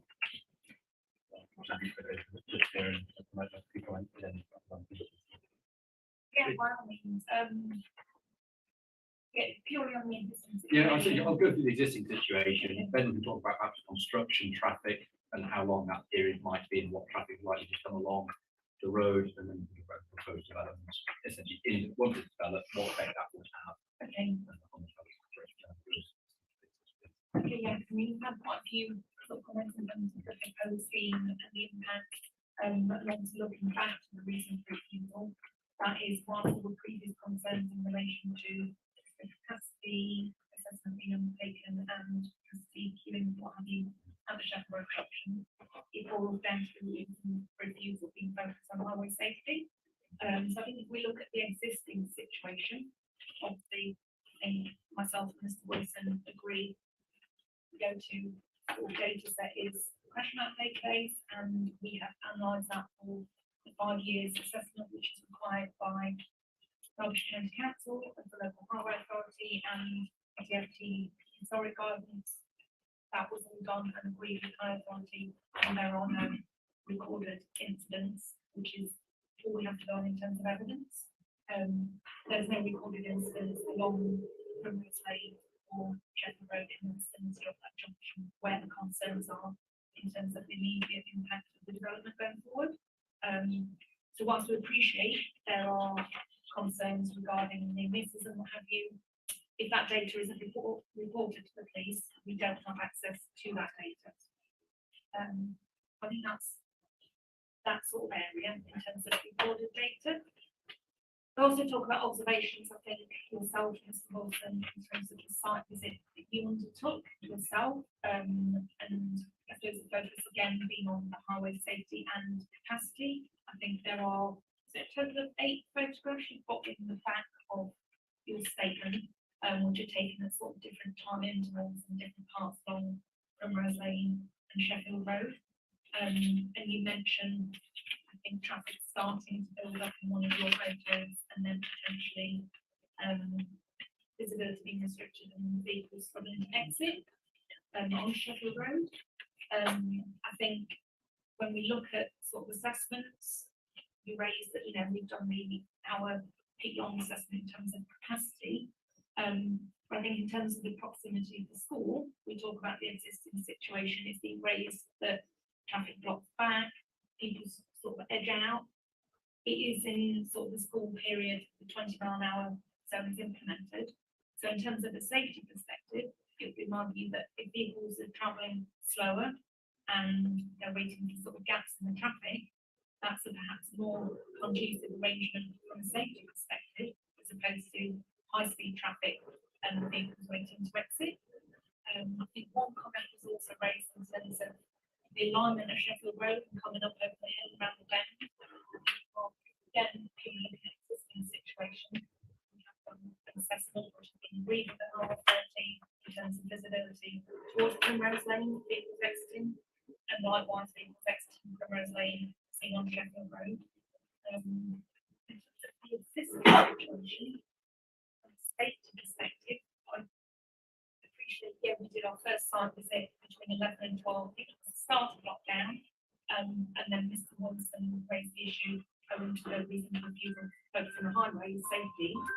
We did then go back, and I have photos that I'm willing to share of 1 minute intervals space in a Primrose Lane directing towards Sheffield Road, and 1 minute intervals between, I think it's called past 8 and 8:45, but I'm more than willing to share, which does show there is a spike, and I think it was about 4 minutes when vehicles are blocking along Sheffield Road.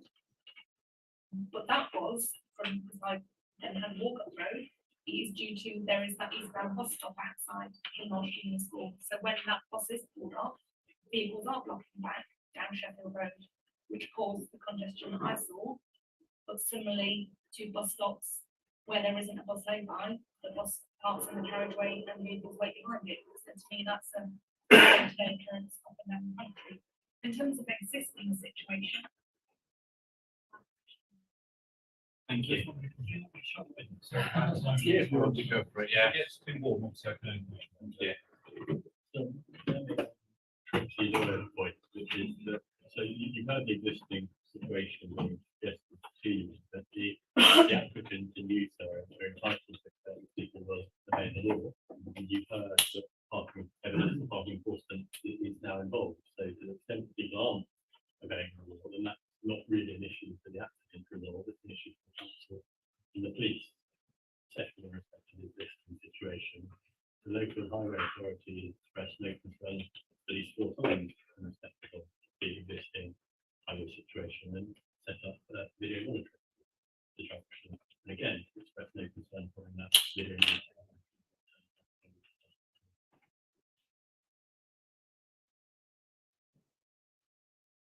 Yes.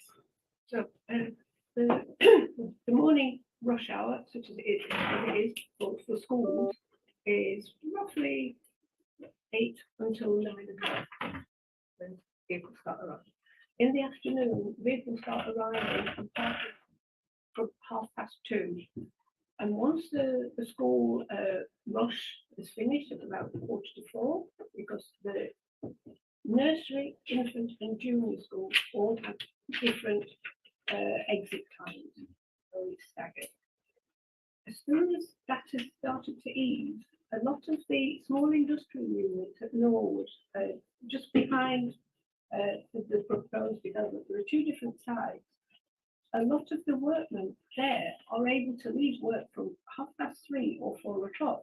So those exits, and also from Featherfield, as has been said, Killamarsh is a rat run between different parts of South Yorkshire and also the motorway. So there is, from end of school traffic, there is a continuous stream of homegoing industrial unit workers and other people going just along Sheffield Road. But Sheffield Road is the main artery through the lower part of Killamarsh. And if there are traffic lights, if there are roadworks, if there is the extra traffic coming back because of problems on the M1, Sheffield Road just comes to a halt. From January until April, there was one sequence of building work after another, to road repairs for utilities, all along Sheffield Road, up to halfway in South Yorkshire. And sometimes it took about 45 minutes to get off of Primrose Lane to get up to halfway, or further beyond, purely because of volume of traffic and the roadworks. Well, hopefully the utilities are not going to dig up the road every week, but it's not an unknown situation. And then when, as has been said, when the motorway has got problems, we get all of the diversion, and that is regular. I would suggest that sorry, I've been your name. If you come and just experience it on site, we're not talking rubbish. We're not talking it's clouds in the sky. It's there daily, weekly. I mean, I have. And that's with the existing volume of traffic. Yeah, I mean, I do say I'm willing to share the sort of photograph evidence that I've. We can take it, we've got our own Yeah. photographs, and Yeah. we've presented it. Yeah, no, I do appreciate that. In terms of the existing situation, we liaised extensively with the Highway Authority. We had 4 consultation responses for them. We've done every assessment that they have asked us to do in terms of assessing suitability of that junction, the capacity, the traffic flows. And I mean, that was undertaken June 2021. The survey, it was agreed that that time period was now accepted with the Highway Authority. So we have, based on this scale of development, I know you mentioned potentially doing business assessments. Based on the scale of development, the Highway Authority was accepting of the assessment we have done. I will come back to it in a moment. Just can I tidy up one point so I'm quite clear in my mind? You're happy with the timing and timescales of the traffic assessment they have done. You're happy that that doesn't affect how validated the outcome of the No, conclusion. I understand why that survey didn't take that. But even that survey didn't take then, or exploring self-efficiency for traffic condition. That's something.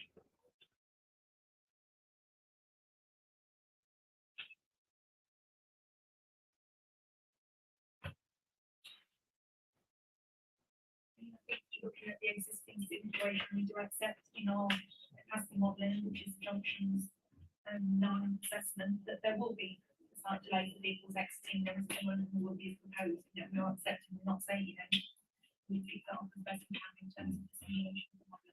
How do you feel that if there is an absence of free flowing traffic, it will affect your final conclusions?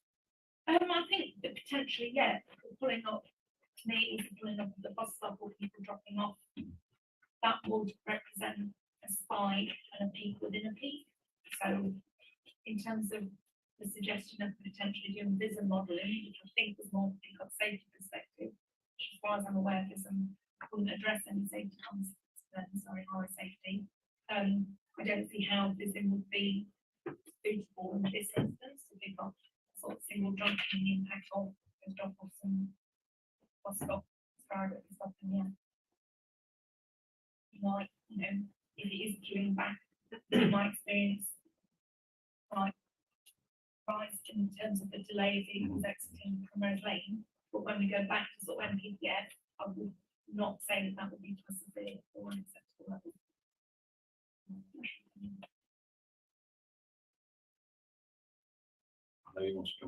Thank you as well. Of course, got the gentleman back here. Do you want to come and sit down there?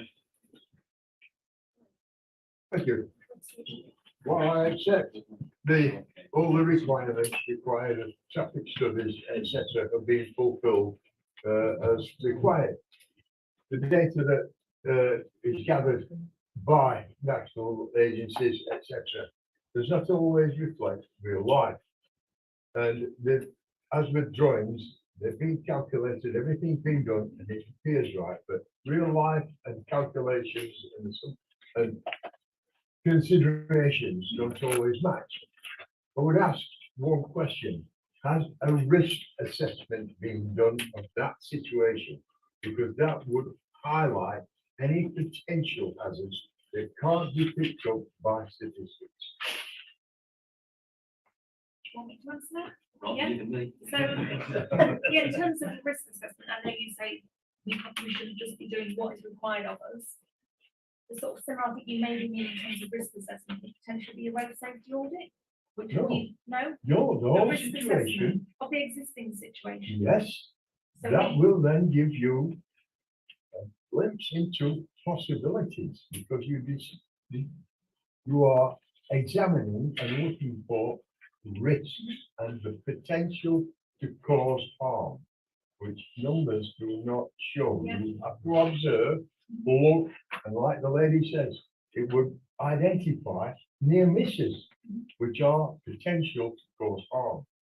Following the law, the speed limit, 20 miles an hour in that area, at certain times, 20 miles an hour is still too quick.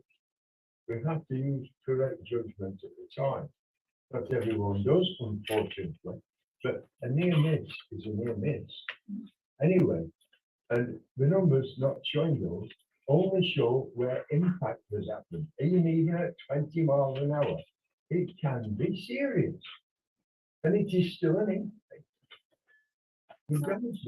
Yeah, I mean, yeah, in terms of Derby County Council as a whole, and, if there is existing situations where they've got safety concerns, they will investigate themselves and look at is there schemes required. I'm not aware that Derby County Council highlighted this as. Sorry, if I can just The have lady is one- highlighting. sorry, if I can have one discussion going on, otherwise I can't hear what's being said. I can't hear what you're saying either, so. I The can just do lady is one at a time. highlighting it for you. The people who are on the ground in the area know more than any of the people like ourselves in authority or wherever, who don't live there on the spot. They know more. Listen to them. Unfortunately, you're here today to be able to give me your viewpoint. I will work my way around. We've got a few comments. And what we do, we try to stick to the discussion we're having at the moment, rather than bouncing onto other points. It's quite helpful to be able to keep my notes in order, if nothing else. Councillor. Thank you, sir. With regards to the lady's comments about Derbyshire County Council highlighting road safety issues, it's not something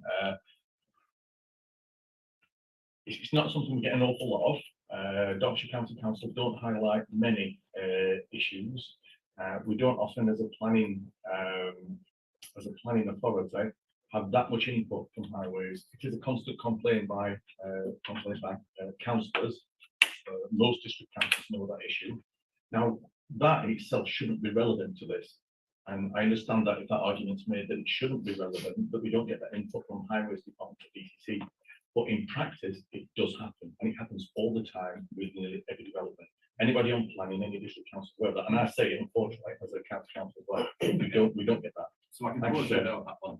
So essentially, the county council perhaps reasoning might not be the most proactive in terms, they didn't raise an objection to it. Did you carry out your own independent assessment? You were happy with that?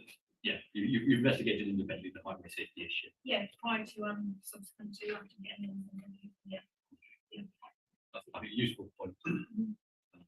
Clarity there. And yeah, obviously you've got your own. In conclusion, yes. Sorry, so may I just add a little bit, when I talked about Rotherham Road, and especially the diversionary route from the M1, that it also has quite a serious effect on Sheffield Road, because two of the routes, there's sort of like three ways they can come off, say, to and from junction 30. but 2 of them are restricted weight-wise. So a lot of the heavy goods traffic, anything over, is it 7 ton, all comes down to South Yorkshire and comes into Killamarsh from South Yorkshire and all the way up Sheffield Road and up to Rotherham Road and out. So that's an aggravating feature for Primrose Lane.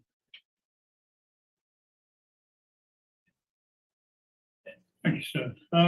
There was a few years ago, there was a vehicle fire and the fire brigade called out. They could only manage to get to as far as number 15, which is on the corner of Primrose Close. And using that scenario, the new development couldn't be accessed. Or certainly the remaining part of Yeah. Primrose Lane, Yeah. the made up part, wouldn't be accessible, especially if there's now a footpath across the middle of it.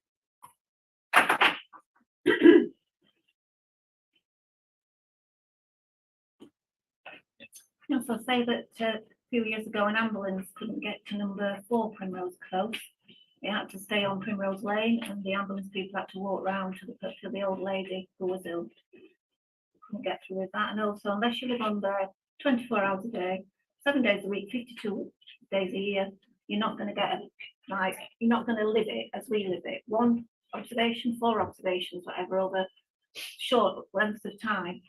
Do not consider how much, 24 hours a day, what we have to put up with. You want to respond to any particular comments? Yeah. Just a few points in response to what I've been hearing, if I may. So the point that was made earlier about it being beneficial to have kind of vehicles travelling slower through the junction gaps, whether that make it safer versus kind of the higher speeding vehicles. But again, just to elaborate, that's the latter, the higher speed, the normal conditions is how that has been assessed in the junction design assessment we talked about. Tying that to the comment about the VISM assessment, it was merely a suggestion in terms of our report. Obviously, I'm not half of the planning authority, I don't work for the highway authority, and appreciate that might be viewed to be overkill, but these specifically an example also in the country similar to this example, where you'll be able to see the interaction of vehicles and got parked traffic and walking back and all that. Just to provide a bit of background as to why that was a suggestion, so you'll be able to see perhaps in a bit more detail. Appreciate that's a lot of work that would be required for that, but nevertheless, it is an approach that I've experienced previously. And even if it is slower vehicles and the gaps that's created, you are still relying, as I said earlier, on the goodwill of passing drivers, and it doesn't necessarily make that right. What tips the balance? In terms of the 4-minute spike because of the buses that was referred to, obviously we provided our evidence, which I think in fairness has been supported with what I think our local residents agree the area. It's an existing issue, whether it's the bus, whether it's the school, or anything else for that matter. It's there, and that's not going to be can't be removed. And last but not least, if I may just respond to the comment about if there is going to be parking enforcement and abeyance of parking in the area, vehicles will still park on Primrose Lane, and they will be entitled to, as I said earlier, for parking not on the footway, then that's an acceptable way of parking, and it goes with the evidence provided at present. That's adding congestion on Primrose Lane before the development is actually introduced. Yeah, that was my summation. Yes, right, I'll start off at the back. The comment about having seen a bus. You were very lucky to see a bus parking up. There were 2 bus stops opposite one another. You were very lucky, and we had the bus routes through. There are several bus routes through parts of it, but the frequency of the buses has been reduced over time, so it's not well served by public transport by any means. The routes have declined or frequency declined, and but yeah, you were lucky to see a bus basically. Oh, the 2 buses that do come through on a timetable usually come within 10 minutes of each other, so that's hardly within, yeah, about 10 minutes. And then people who just missed those have to wait another hour, just after that, to get the next one when the timetable comes. And the bus companies are constantly revising their schedules and taking out chunks of kilometres and the routes that they go beyond kilometres. So public transport is not something to be promoted widely in a development if these people buying these houses actually wanted to take public transport. It's just not a very good option. So, one of the things we discussed at the planning committee, when the planning commission was refusal policy ID3, as you're aware of, in particular, item number 4. In all cases, planning commission will only be refused on transport grounds if there's an unacceptable impact on highway safety. So it's only unacceptable impact on highway safety. That's what was in the minds of people when they made that decision. This is not just about, like the lady said, about slow cars and high impact crashes. And it's also highway safety. It's all about safety to pedestrians. When you've got an increase of cars on the road, just by slowing things down doesn't make things safer. I know that I'm in the business service myself. You also get low impact crashes, which aren't as devastating as high ones, but they do involve many times cyclists and pedestrians. When you've got extra cars there, you've got extra cars which may be queuing, which people may be working around and walking around and walking through the traffic. You've also got cars that are parked on curbs and on corners. Now, a lot of this is how people behave, and we can't always stop people doing that, and the councils and the police can't stop that. But what we can do is not encourage them to do that by building these extra houses in and increasing that weight of traffic on the road. So that weight of traffic on the road does have an impact on highway safety, not just through cars, low impact, but also through pedestrians, people pushing prams, wheelchairs, mobility scooters, and the rest is obvious. So it's not just the cars. In addition, I'd just like to ask officers, we had some video evidence given yesterday, which was submitted by a resident. And I was hoping that officers had that available, that video evidence and slide evidence. Just like to have that. Just need to check if the inspection agrees for that to be shown. We can do that if you take some arrangement, a small bit of arrangement that we can Just present some late evidence and especially video. It's a section of slides, and it actually shows what we're talking about. It shows the cars that are parked on the road, it shows all the views, and it's like the lady referred to. So it's useful evidence, and to give a full view of what it's actually like there, that will give an open, honest view for everybody to see. If it's not today, and maybe later, and if it goes on tomorrow, perhaps, whatever the officers are able to provide, it's important evidence that should be looked at. Any particular thoughts on that? Any particular objections? When I'm thinking, if you've got over lunchtime, you have the opportunity perhaps to see it first as well, and then it can be It's presented just to live, us at the it's time. actual pictures of actual situations. I appreciate that. There is Yeah. generally a process you go Yeah. through for submitting evidence. You submit that evidence in the course of the timetable of the appeal. And then when you deal with late evidence, there's always a risk that essentially present new arguments, new arrangements, and that can result in costs being applied for or rewarded against the party presenting late evidence. Essentially, what I want to understand is this essentially new and kind of different from what I've had before? Is it just what I would see when I went out on site anyway? Does it add anything to what I've already got? It would be additional to the sort of photographs that I've seen in Mr. Wilson's report. Is it just the It similar? would support the comments, and you'd be able to see firsthand what it looks like. So all it would be support. There's no big surprises there. It just confirms what we've all been talking about. That's all. So Approximate number of slides. One's for a couple of minutes. couple of minutes, no more. And if you want to set something up after lunch, I feel quite satisfied with that. We can come back and go through that and have a discussion. about Appreciate that, it. sir. Thank you. Happy with that? You able to do that? Yeah. Okay, thank you. I'll say we'll have a break shortly for lunch and then you can at that point. Do you have any particular comments on what's been said there? I think just something that you raised in terms of policy ID3, that's slightly over the impact of the proposed development, where you talk about would be refused if there would be an unacceptable impact. I'm still struggling to see any evidence that there would be. I mean, about acceptable and good, but again, that's moving on to the first We'll one. move on to that shortly.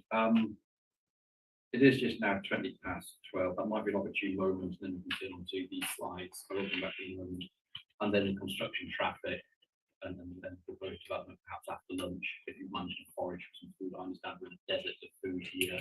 I hope you brought your own, otherwise you can go hungry. If everyone's happy with that, I'll take your comment now, so if you want Yeah, to. if I just may add on to what Jean was saying about the public transport. Actually, We'll leave the public transport just for now then. All right. If that's the baseline situation, we'll look back Yeah. quite a bit. The only thing, right, is just in respect to this new evidence, it would be useful perhaps if before you return, we were able to view that evidence quickly for Ms. Mears. Yeah. Comment on rather than doing fresh in front of you. Yes. Right, so if we're 12:20 now, you want an hour for lunch? Is that too long? Not enough? Chance I'll have to read and to review your slides and to get the slides set up. And we can use that. An hour is Yeah, you minimum. don't Need to find. I'm quite happy if that's not long enough. It would be easy. Okay, 1:30 then back in, please, everyone. Thank you.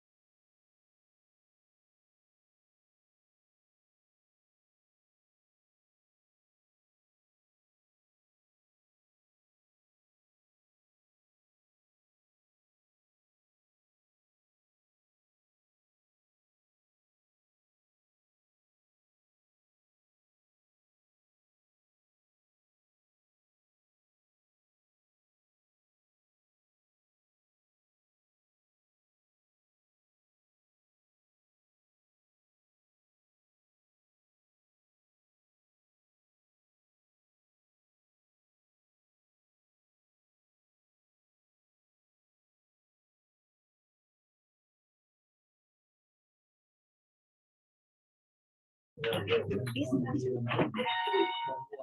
It's right on here. Yeah, no, that's fine. That's what the truth of the count.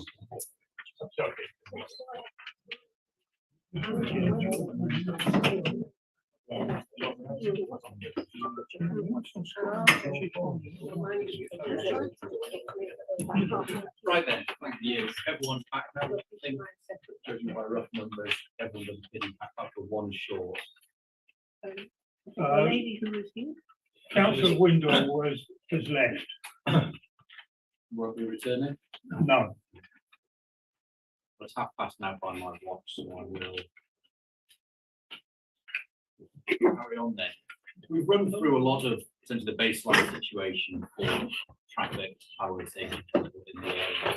And so we've got some slides to look at. We have the opportunity to have a look through them beforehand. Quite happy with. Okay. Do you want me to run me through the slides then? Yeah, I can show them. Unfortunately, they do come up as an executable, so Right. so they do move through themselves. So if you want, if you want me to pause, I will pause. So someone want to give me running I was commentary, going or to say, just you gonna let want it me run to say and that, then. yeah, we'll have a okay, discussion. so you need Right. it pausing after each frame, then I guess. Okay. Okay, so Primrose Lane, at the bottom left hand is Sheffield Road and the access of there. First of all, although it's not been mentioned yet, Primrose Lane is not a straight lane. It does have a slight curve to it before it gets to the entrance to the field, and then Primrose Close goes off to the right.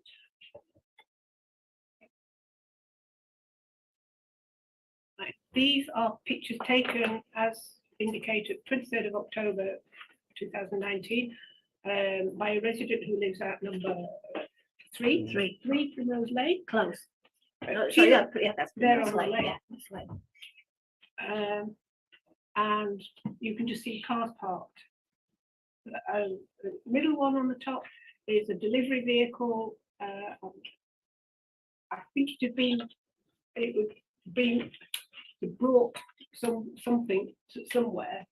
I think there's one house further down the lane was Right. having some building work done, and I think that's that. Or it could have been a vehicle transport.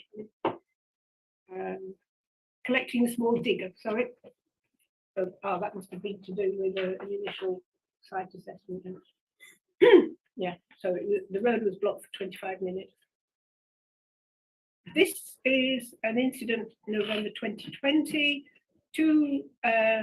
I guess would be not this incident was two parent vehicles at school drop-off time in the morning. One reversed and actually hit another vehicle.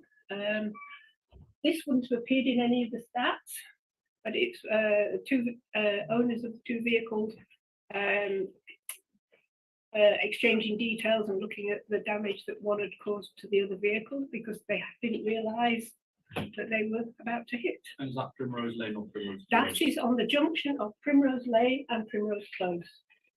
One vehicle had been parked on the bend and one was reversing off of Primrose Close onto the lane. But that was at the junction of the lane and the close.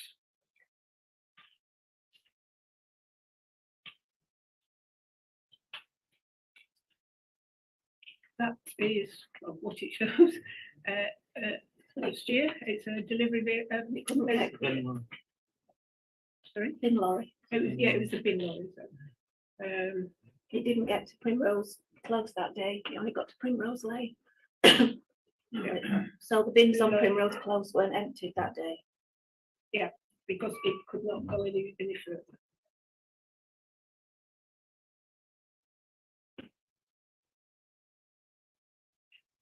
So you'll see, even when it's not school drop-off time, I mean, at 7 o'clock, Yeah. that bin lorry had to then reverse. This is September 21.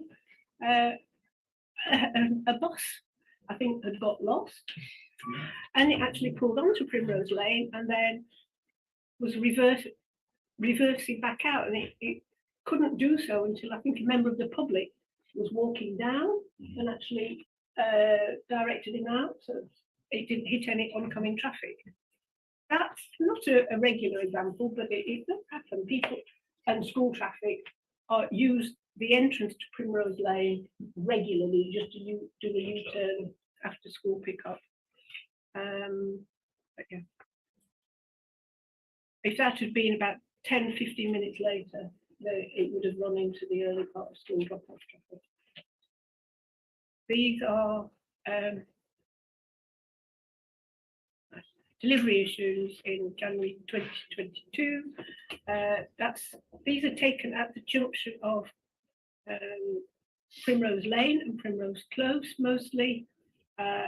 It's a vehicle transported trying to reverse down the unmade up part of Primrose Lane, and just to the right hand side, the top left picture is the entrance to the field. You will see that all of the cars parked on the left hand side are residence vehicles who have to park there because there's no off-street parking. Or if they do, then they've got more than one vehicle. Yeah. But I think the vehicle transporter had come to collect a vehicle which had had an electrical fire in the vehicle, and they had got the transporter to come and collect it. Why they had a double decker one, I can't answer, but I actually witnessed the AA or the RAC had come to see to this vehicle that caught fire, I think electrical fault probably, and they then had to call the recovery vehicle to come and collect it. The green, the Parcel Express green vehicle, that was someone who had come onto Primrose Close and delivered. I believe he was then trying to get down Primrose Lane, the unmade up part, couldn't, and hit the gate post at the entrance to the field. And as Ian said, damaged the tail end of the vehicle, which meant that he couldn't do very much with the vehicle. And I'm not sure whether it's in this sequence of pictures, but eventually the vehicle was moved onto Primrose Close so that the vehicle repair people could actually do repairs so they could get back out. The bottom left, although I'm not sure whether you can see it with the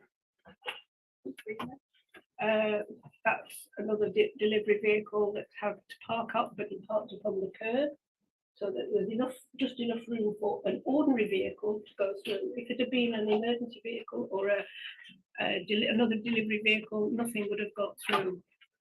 And the other two pictures are of similar access, where vehicles do need to get down to the houses on the unmade up part of the lane if they're having building work done, which several of them have recently, extension work or building up into the loft space. They need scaffolding up, and that middle right picture is a vehicle trying to deliver scaffolding pole and rods.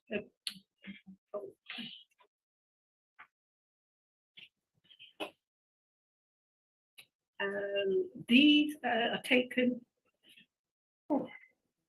surprisingly, after school rush hour, but with showing the middle at the top, several vehicles on Primrose Lane, the made up of just as you come onto the lane, parked up on the curb, because I believe that some of the other larger vehicles were trying to access, so they had to go on the actual footpath because there was nowhere else for them to safely park.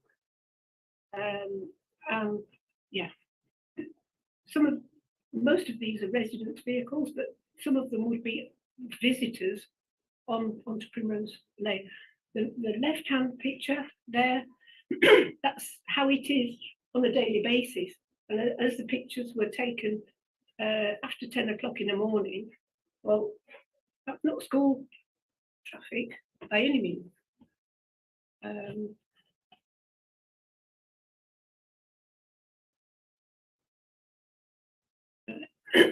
Again, this this would be more, I guess, school times, but the vehicle top left, the Land Rover, or Range Rover, he's parked there because, and there's no way pedestrian, let alone a buggy, could get there, get between the vehicle and the hedge, because there was nowhere else for him to park. And his house is on the lane, and he's parked at the junction of the lane and the close. The bottom left, again, that's the Freelander. It's a Freelander that's taken from just a bit further away. On a different day, I believe. Yeah, different day. He's parked on Primrose Close there because there's nowhere else for him to park outside his own house. The white van, I think, is a delivery van or somebody, a works vehicle, somebody doing some work on one of the properties. The others are, some of them have got timestamps on, some haven't. Yeah, the top left, that would be school-related traffic by and large. It's just coming up for 8 o'clock, but it would be people bringing children for the breakfast club. It starts at 8 o'clock. And you'll see resident vehicles on drives where possible. These are related to either morning or afternoon school-related traffic. Yes, that bus, I'm not sure whether that's a service bus or it's a school bus, because Killamarsh pupils, after the primary school, they go to Eckington School. So they have school buses going through the village, and or also to another school at Wales, over in Wales. Oh. One last one. Could you go back one?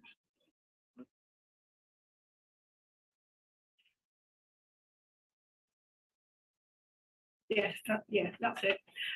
These, I think, are some of the photographs with the double-decker buses. These are some of the photographs I actually took when Julia and I stood on the corner of Primrose Lane and Sheffield Road, counting the number of vehicles between, what was it, between 3:15 and 4:45. And we were counting and also trying to take photographs as well. And as you saw there was almost stationary traffic. And these are some vehicles that were then parked on Primrose Lane, but towards the end of that time period, because a lot of them had already gone. Yeah. He doesn't like it. He doesn't like it.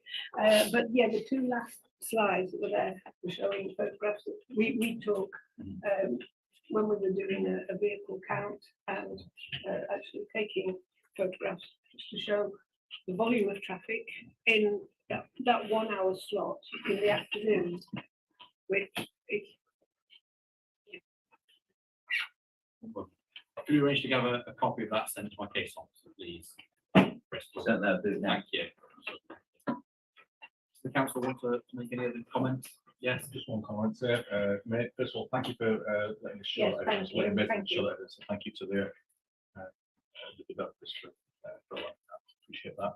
At one point, which I'd like to just expand on a little, it's not just the traditional drop-off times and pick-up times for children there. There's two schools. We keep referring to one school. There's two schools there. They have the breakfast clubs and the after-school clubs, or the after-school clubs. Yeah. So they aren't traditional, just the 20 minutes or the half hour around those points. They're much longer. So it's not like it's just a small transitory point. They're much longer and they're much more in effect. The other point they mentioned, which I think you brought up about the bin lorry reverse, I think why that was originally included. And you might think, oh, why include just a bin lorry reversing? It's because there's been constant complaints down there by residents, and we know this is a district council, constant complaints, because residents haven't had as district council collect refuse. They haven't had the refuse collected on many occasions, not just one, not just two, many occasions. So we've had a lot of that, and that's evidencing the reason why, is because the bin lorry can't get down. And the usual schedule times for our bins to be emptied is a Monday morning between 7 o'clock and 7:30. before the majority of school, before the school traffic really gets going.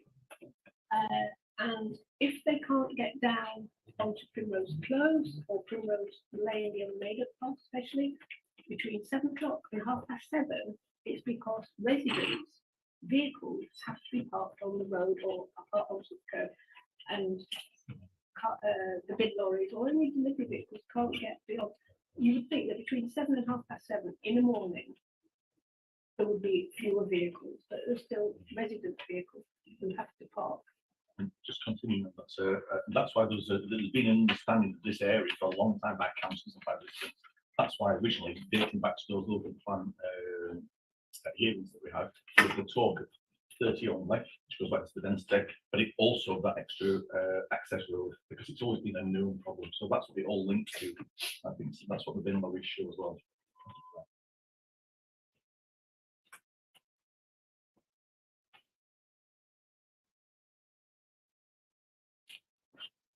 Ellen, do you have any response to, that's a very, you're essentially outlining the background to it. Do you have anything else you want to add in response to what we see very comprehensive?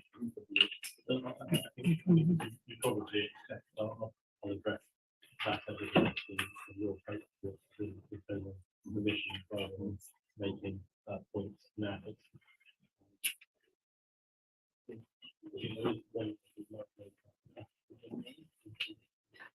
Isn't it, whether all around, obviously these are existing issues, I think when we move on to the proposed development, we might pick up their issues and some particular issue for refuse vehicles, and now have the time to provision the draft. And of course, you are doing your own business. Yeah. Okay.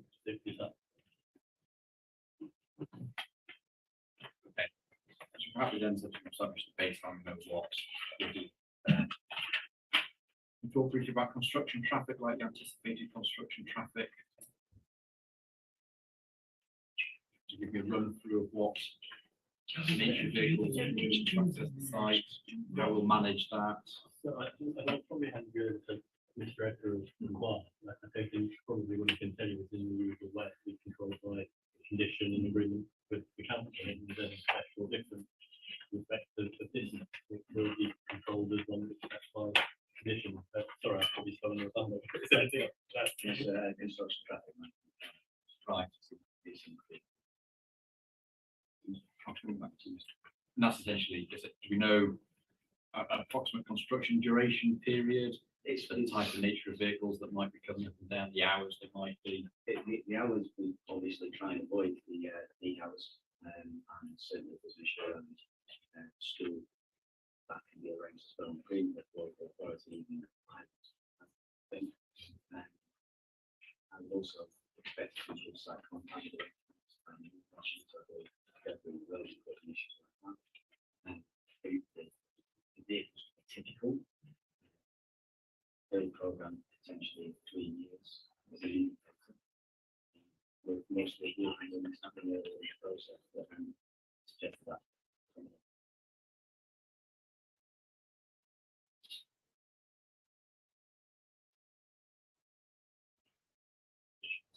A little more depth later. And then to the proposed, sorry, actually. So it's just one comment, in addition to what I said about the bin lorries, every alternate week, we actually have 2 bin lorries collections. So we have 3 bins altogether, a black, and then we have a recycling and a green waste. So every alternate week, there are two different bin lorries coming for different reasons. So yeah. So turning to the proposed development and its interaction, if you like, with the issues that have been raised. What we're looking at in terms of chip generation, firstly on the junction, the operation of that junction, we have touched on already. If we can cover that again, please.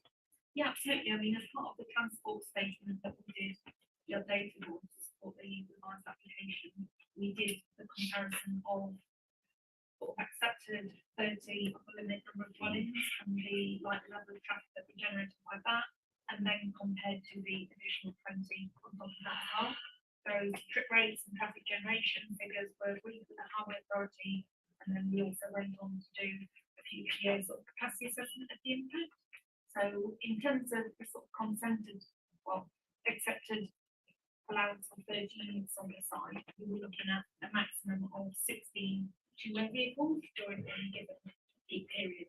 So that happened to be the PM peak period of 5 till 6 in the afternoon, the morning peak of 8 till 9, 14 two-way trips. So that's turning into Primrose Lane and out of Primrose Lane.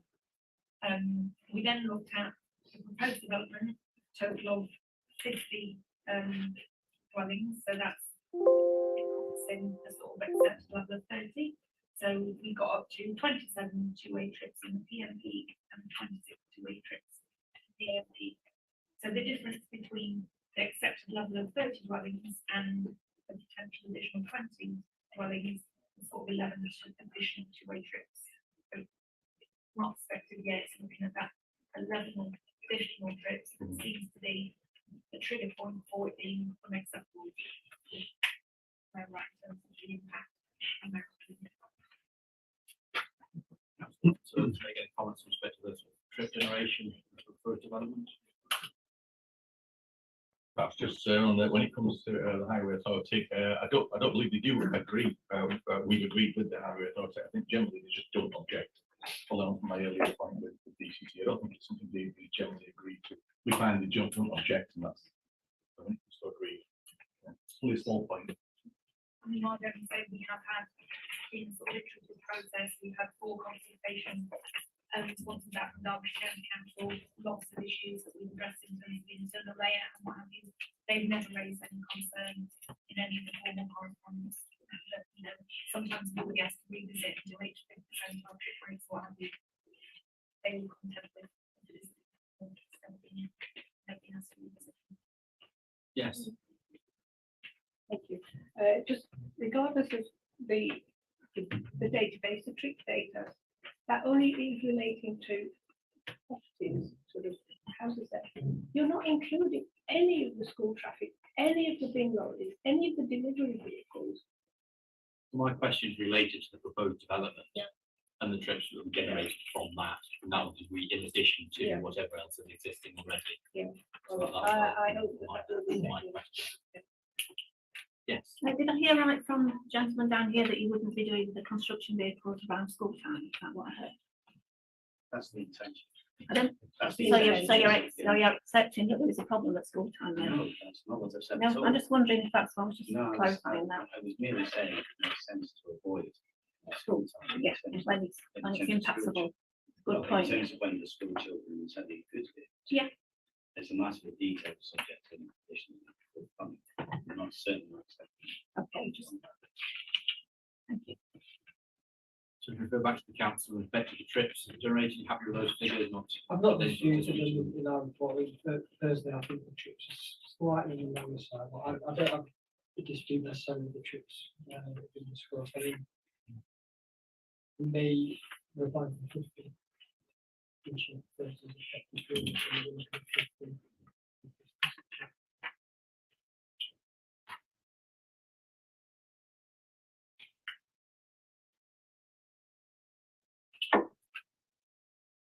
I said to you that the junction has to even accommodate the additional vehicle movements of the 30 and the additional 2020 proposal. Yeah, so again, based on the level of the scheme, even if we are looking at an entirely new development of 50 and the 30 not being accepted previously, if we're looking at a straight up scheme of 50, we still wouldn't ordinarily, you know, in terms of current guidance, be required to do a capacity assessment based on the level of trip. But we did satisfy sort of highways requirement or planning authority requirement, sorry. And yeah, we've done a future year assessment, so that's taking account of existing traffic flows, which is verified by our highway authority. We then add growth on top of that, background growth and our development traffic. And yeah, with sort of one of the capacity in 3 of the transport statements there, in terms of the maximum sort of delays that you'd experience in that from those expected based on again cumulative the existing properties on Primrose Lane plus the development traffic. What was the year for that? 2026. Yeah. Built out, not occupied. So that's, well, I mean, we're asked to do 5 years after the planning submission, so I guess in terms of timescales it would depend. But yeah, yeah.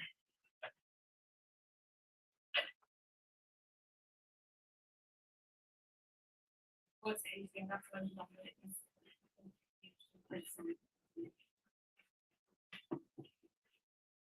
Comfortable with everything in terms of the methodology to determine traffic generation. Going back to what we just discussed earlier. That's the analysis assuming free flow condition.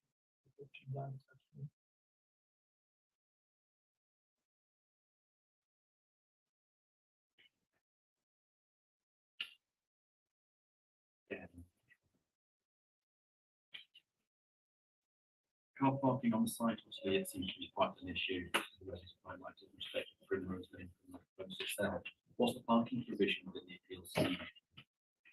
I think, I mean, in terms of transport statement, again, we following the adopted highway guidance. And correct me if I'm wrong, Jason, I think we're 150 total parking spaces. Yes. So we're above, 158 spaces on flat. Yeah. Or parking on the road. And the road is 5.5 meters wide, so you will accept that capped on street parking. And there are areas of the road that are single-sided development that will lend themselves to on street parking. Specifically besides entrance where you might get small bespoke potentially from the school. So, total terms, in my rough math, ratio of car parking spaces per property. 3, and a bit more per property. And what kind of car ownership do you expect? To be honest, I don't know the answer to that. The parking provisions in line with policy.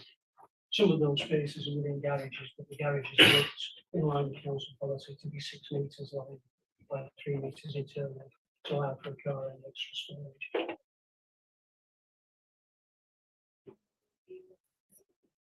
we've got that data. They find out in terms of against the standards we represent in their provision. It is no provision.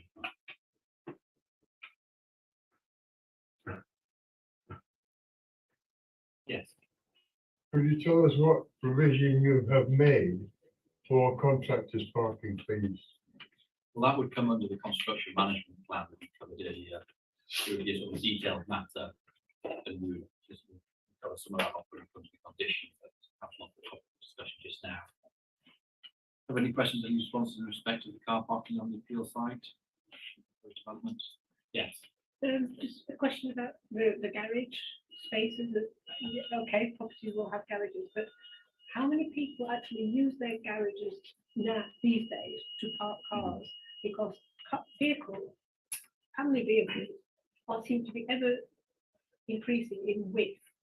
So my car is just the standard saloon car.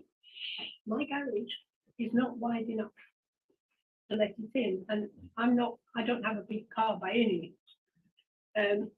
So how many of the garages will actually accommodate the size of vehicles that families will be using? So estate cars, people carriers, and all of those, they'll all end up on the driveway or on street parking.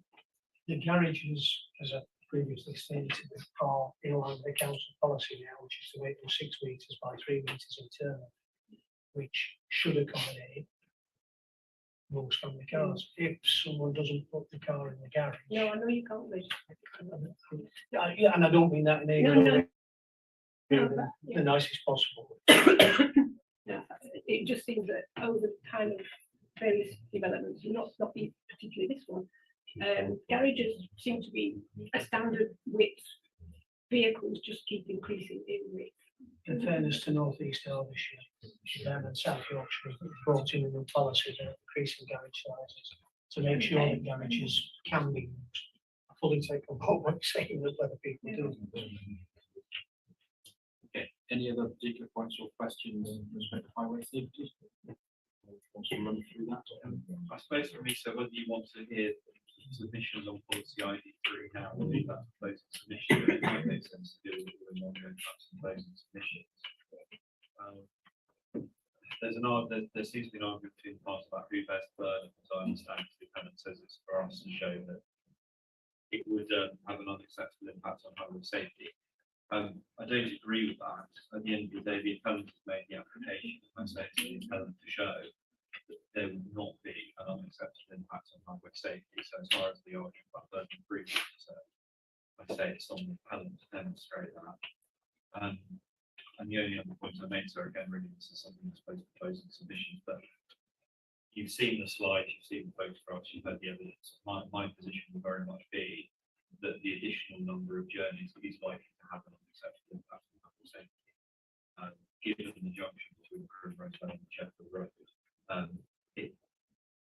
it's obviously subjective about what is unacceptable impact, but when we're talking about highway safety in close proximity to schools, it would certainly be palatable to say, well, for example, there might be 1 accident a year, 2 accidents a year, and it's unacceptable. So it's a low threshold, I would say, to meet that standard of unacceptable impact. So I make that point now, so really that's where I'm going to pin my comments to the marks in terms of highway safety. But that's my comments at this point. So I will respond if only to be fair for closing. It's the same elephant in the room I mentioned at the very start, so it really hasn't been addressed in the submission to Roy this afternoon. The difficulty the council faces is this. The site's an allocated site, and the council has just promoted the site's suitability for residential development in the recent local plan examination, which has been adopted. It made a positive case as to the sustainability and potential impact of the local plan inspector.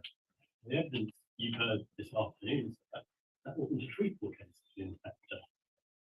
The question, in my respectful submission, this hearing needs to answer, and again, I haven't seen any evidence to respect that, is why the vehicle movements of 50 dwellings, as you've heard, sir, 11 trip generation, which hasn't been imposed, could be severely harmful to or have an unacceptable impact on highway safety, whereas the council must be that the vehicle movements of 30 dwellings would not be harmful and would not, let alone severely harmful, and would not have an unacceptable impact such that the council was able to make the site allocation.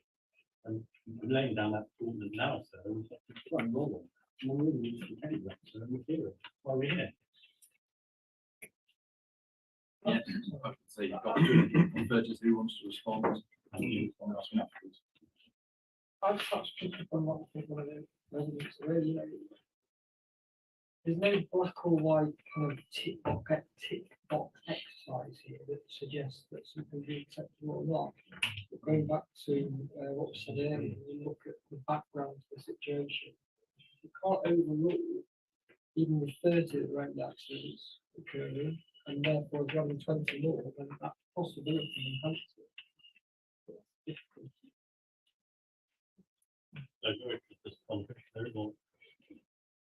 The human quite evidence to make that assertion. There is no evidence for doing so. There is any difference between 30 and 50. And there can't be. There hasn't been either in terms of capacity assessments or intention. So, Oh, sorry, I'm not sure your hand well.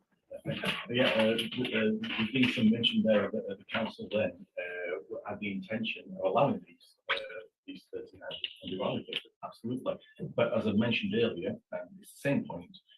That was with the provision of a new access road across the third party line. It was done with the intention of that. That's what the original intention was for the planning officers and from the council. What might ask the council to point me to the policy which says? I think you reference where that came from. Oh, sorry, yeah, I referenced it earlier. That was in the examination under the local planning examinations. That's in our that's documented.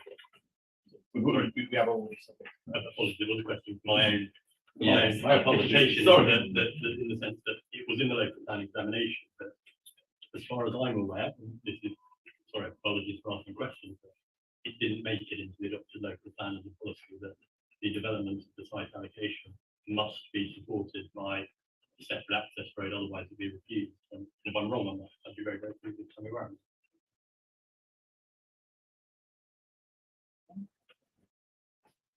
No, I've already mentioned it. Just looking at that, thank you. I mentioned it. I feel like you've all suddenly woken up. Having a quiet morning, whatever you had. There's a time, isn't there? You all had some red meat or something for your lunch. Okay. Hello. Yes. So saying that, right, you're saying that the site is suitable, you know, to build the houses on. It's the access that's not suitable, we can't get to it. But how it is at the moment, it's not acceptable. Yeah. I have seen what you have presented. I've got that in bucket list. Does anyone have anything else they want to raise with me? We have skipped through that. We have touched, I think, on most things. We could probably labour it again if anyone wants to raise anything else they want to go into. I'm more than happy to. We've got time for it.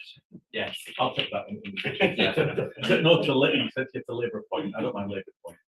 Again, we did sign a statement of common ground agreement that 30 homes would be just like most of the council and the landowner. That's this said it before, but that's labour.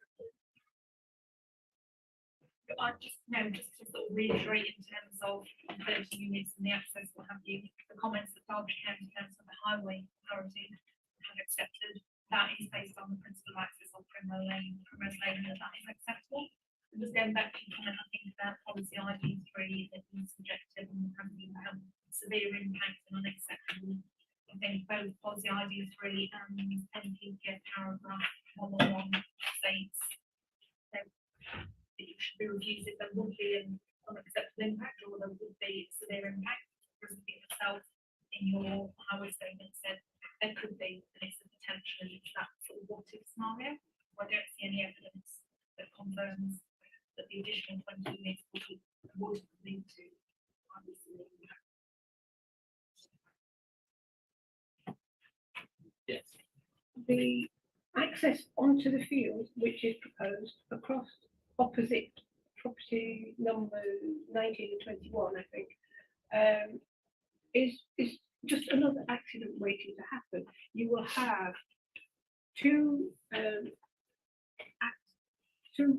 roads going off of Primrose Lane, one being the existing one at Primrose Close, and then within a few meters the access onto the development onto the field. Anybody coming off of Primrose Close has not only got to look onto what is left, the unmade up part of Primrose Lane, but also almost look back 180 degrees to make sure there's nothing coming off of the access to the proposed development. That will all have a cricket on it, to say the very least. But the access proposal, where do the people at number 19 and 21 park their cars? Because it's going to be a footpath across onto the new development, from my reading of the information. Where are they going to park? They park currently outside their own property. Look at that. Yeah, I mean, I think we're talking in terms of firstly proximity of the Primrose Close access. Yeah, so I think it's about 125 meters. Well, I've not counted it. Yeah, I haven't walked it, but it's literally from a garden hedge, which is taller than me, and I'm 5 foot. So you have to actually look round the hedge to actually see what's coming up. You're almost onto Primrose Lane off of the close to look at what's coming off of the. Yeah, no, I appreciate it. I understand your point. You just want to make there. We have done a sort of full visibility assessment of the tie-in between the existing public highway and sweeping into our site as well, just to ensure that they say sort of 180-degree bends and people have to look over their shoulder, that forward visibility can be achieved within either our ownership or public highway. Yes, but yeah, the 5.5 meters wide, I think we've had that issue a couple of times now. Again, in terms of policy wise, that is on the policy to serve up to 150 dwellings at that point. So if we don't over engineer a 7.3 meter wide road in.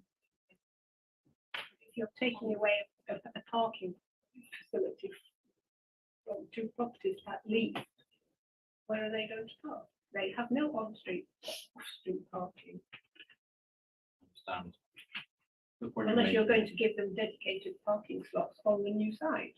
Are they on the adopted section? They're just on the unadopted bit, but it's where your access road, coming in, the sweep of it. Number 19 and 21, I think it is. the very end two properties of the young maidens are. So there could be scope for provision on the site. Further south of that supply, yes. There is some space within the site adjacent. At the moment, some properties further down Primrose Lane on the unadopted part don't have sufficient parking and they park opposite my house.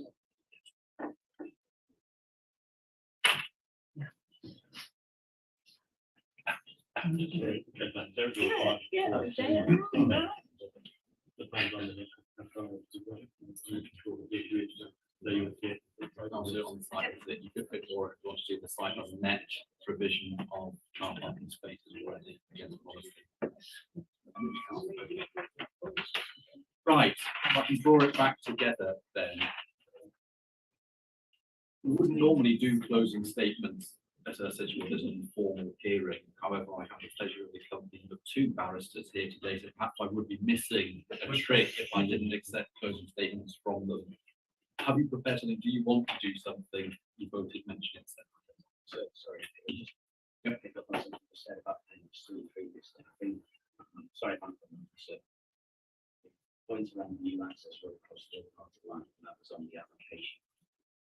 I'm happy to be told otherwise, but that access was what was granted.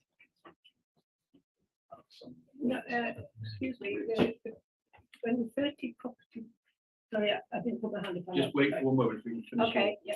Point we were- That was it. it, sir, to be honest. You heard this morning that the allocation was made on the basis of previously approved design. They established the principle that no highly objective principle to the scheme is what 7 appendix 3 now. I don't think it was envisaging anything other than access road. There would be if there was this significant divorce from other highways to this, it would appear irrational. More in the case of clarifications.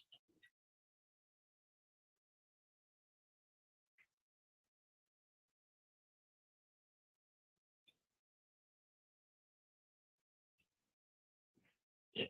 The planning application, which was passed for this property in 2016, 17, which never went ahead. Their plan for access onto that field was not as you've got it in this plan. It was to go in the gateway and purchase the end part of the property, number 15 Primrose Close, to make a. Well, it wasn't, as it's shown on It here. is, Paddy Cole. It was not clear on those, The first one was refused, and the first one did have a slightly different access position, but the approved access is identical to that. I can say that unequivocally because I drew it both times. Okay, well, I'm sorry, in that case, but I apologize, but all of the drawings that I saw was taking out. The original one, there were two schemes by strata. The first one did have a different access, and that was refused. The second scheme had that access and was approved. If you draw it back then, we all finished on highway safety, on that highway safety issue. If there are comments.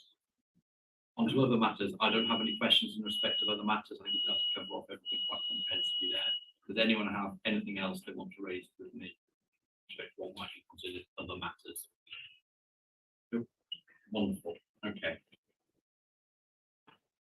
In that case, we'd move on to the likes of conditions and planning obligations. We touched on them already. As I said before, this isn't suggesting that I have already made a decision on the appeal or the council isn't seeking their case in any way.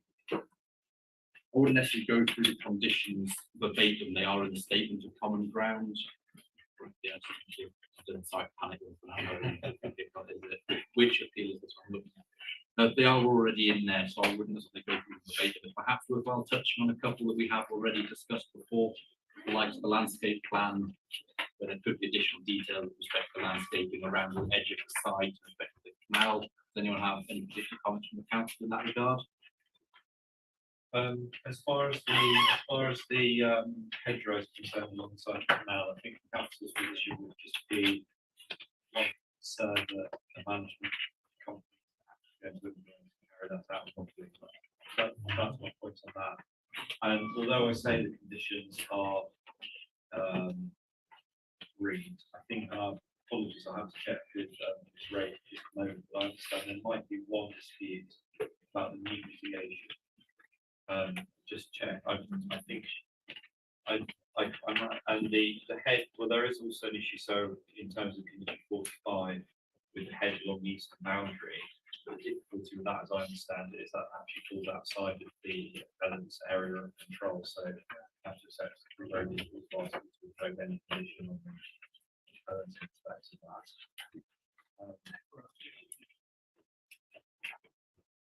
I just apologies, sir, for hesitating. I'm going to check with this reg.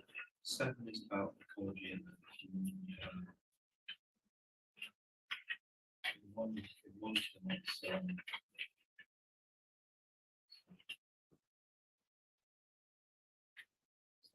And the first one is 8.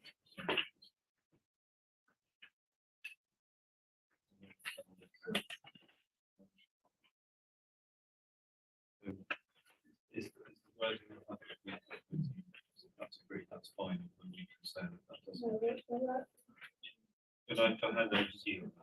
There are two conditions, number 8, which is the new mitigation, and number 5, which is the hedge adjacent to these combined. Both of these conditions involve the land that is outside the application site.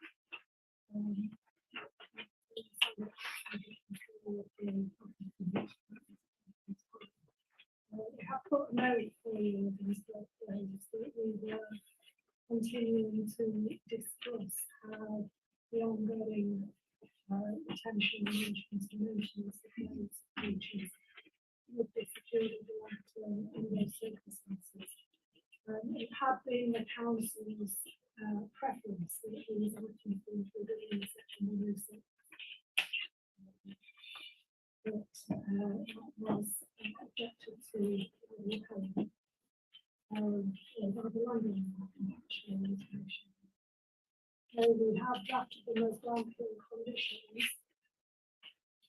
But as I understand it, the Grampian condition, whilst it does bite before development is commenced, to be involved, there has to be at least some prospect for it that can actually become viable. No, it's not a very high test. There's no prospect at all that the condition can become viable. You said the landowner had.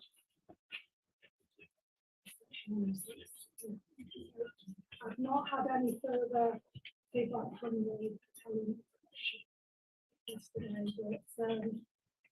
but that just remains an outstanding issue. So if we outline the particular problems with the nukes, can you talk me through that and how it refers to a condition being a problem? Really is that the land is outside the control of the tenants. It's outside the red line.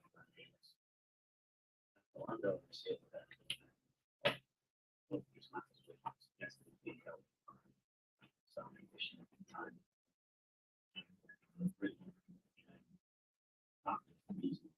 For us going to compare to terms as we were at the time, and also the reason for keeping the conditions set. Here, there may be an agreement between what the control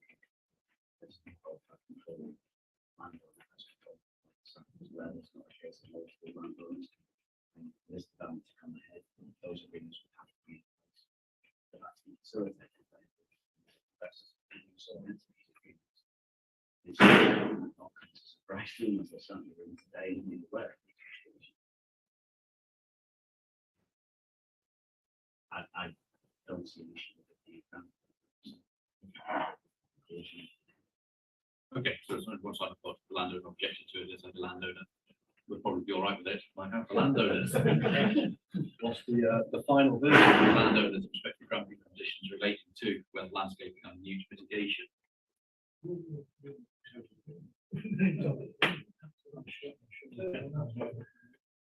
No problem with it whatsoever. So to be clear, so I think it was a case of the executive grant concerned about the 160. No, you're quite happy with that, not 160. You're quite happy with it being a condition if there is a grant itself condition, if there's reasonable prospect of it coming forwards. Yeah, I think the issue we've got is more in terms of the longer term retention, maintenance, management of those areas. The planning commission has aligned with the present landowners. This site is allocated for employment development, so could rather be brought forward for development and change hands. Things will happen when the canal restoration works take place, something in terms of the route mitigation area, how is that going to be handled sometime in the future? You know, there's a number of issues. However, to leave that in your So I think the mitigation is actually expect that the canal is coming with a different solution to any kind of after my personal assessment of those works as well. And the habitat will change immensely with that sort of stretch towards. So to be clear, essentially, well, not rather than setting out, do you want to set out what is necessary with respect to new mitigation? It's a translocation, which is to de-risk the loss of use. There might really be, I think the contract needs to be an assessment prior to that place to assess that length. Habitat is available at the time, and that will inform the mitigation strategy for forward. But that can change over time. So can't go towards that. Different applications were made for further development on that around it. I guess that's through material consideration you'd have to look at the use.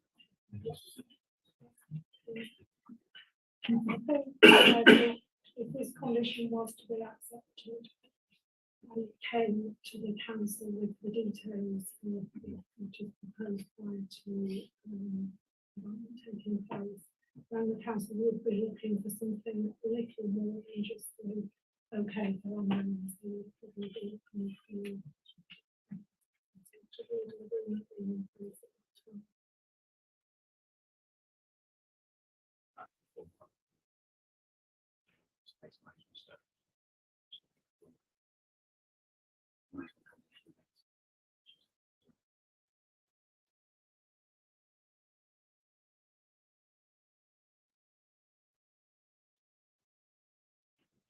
Any other respective conditions to draw up a construction management plan? Is it worthwhile touching on that? It's been raised by some residents, and there is a construction management plan in the statement of common correctly covering usual sorts of matters that you would expect, such as deliveries, the washing, and the like.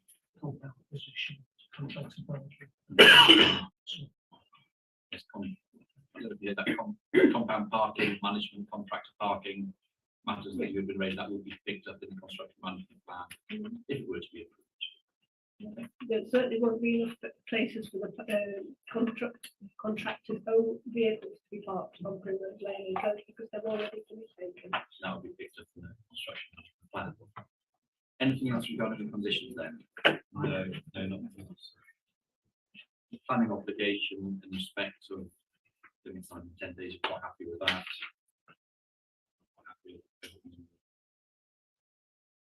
Okay, fine.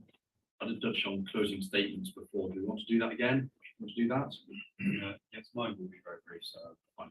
I'm quite happy to give you 10 minutes or so to gather your thoughts and things. And it would be very useful. So I hadn't expected us to be this quick, but it's likely every recognition is what we already know. Okay, that's fine. So you want to gather up the loose ends. Indeed, if third parties want to have a think and make sure they have said everything they want to say. So I've seen everything I need to see here before I go out on site. We'll go on and make some site visit arrangements. So everyone's happy with that. Okay. So you have specifically asked that I visit the site during the school day. Yeah, have to be quick. We might make it or we might not, but About half an hour from here. we would have been here yesterday. So I could go and visit the site today with people accompanying me. We'll have nowhere to park though. I can go by myself at any point, and I'm quite happy to go back tomorrow morning and do that site visit. My biggest concern about doing that by myself tomorrow morning is obviously it's where all you residents live. But if you So come and knock normally on I my would have door, a I'll give you chaperone a. of someone from the council and someone from the tenants party with me. and not everyone wants to rock up at 7:30 in the morning on site, because people do have lives outside of the world. Do we have any particular thoughts on that? My only thoughts is that there should be 2 visits, one in the afternoon, one in the morning. That's not too much to ask. I would prefer to do it perhaps, we'll see how it goes. So my only point is, it's entirely a matter for you, sir. Given the type of time to get down, the time you've been asked to go in, we can either do relatively hard copy, because on my side, those information to you now, you've had everything recorded, I'm happy. The alternative is to short those information in writing rather than reading out what I've got in front of me. Then you could be able to close the hearing this afternoon after check. I'll probably not try to do it for the dash, I'll be quite honest. I'm quite happy to rock up tomorrow morning. I will probably do that site visit by myself. So if you do see me wandering around, ignore me, leave me alone, please. Watch out. Okay, everyone happy with that? You can I park don't up, you particularly can want to park drag around. to the High Court like one of my colleagues was, because of doing site visit by themselves, or appearing to favour one party over another.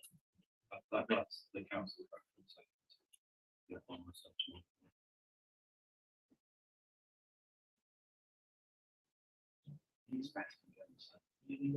I won't be on the site itself tomorrow morning. I'll go out and I'll wander up and down Primrose Lane and the surrounding area. Quite happy tomorrow morning. One request that you probably have to send me anyway, but as well as observing Primrose Lane in the junction, also towards the canal topo. Okay, Right, which obviously is less time dependent, so I might need to do that before or after, but that's one You- request we would make, so. Depending on the weather tonight, you might need one of these. No problem. Fine. In that case, once I've heard closing statements from both parties, if anyone has anything else for me, we'll do that. We'll then go off, we'll have the site visit, in which case you are all welcome to follow me round if you want to. I will require someone from the council, someone from the appellant's side to accompany round if anyone else is going to come with me. Do you all have your own transport so we can make our way there independently? And is someone from the council? Will be. Do we have? If you're happy to, you, thank you. Appellant's side. Yeah. And will local residents wish to attend? Oh, yeah, we can go straight back. Obviously, it's a private site, so you don't have to allow you onto the site if you don't want to. I have no objection whatsoever.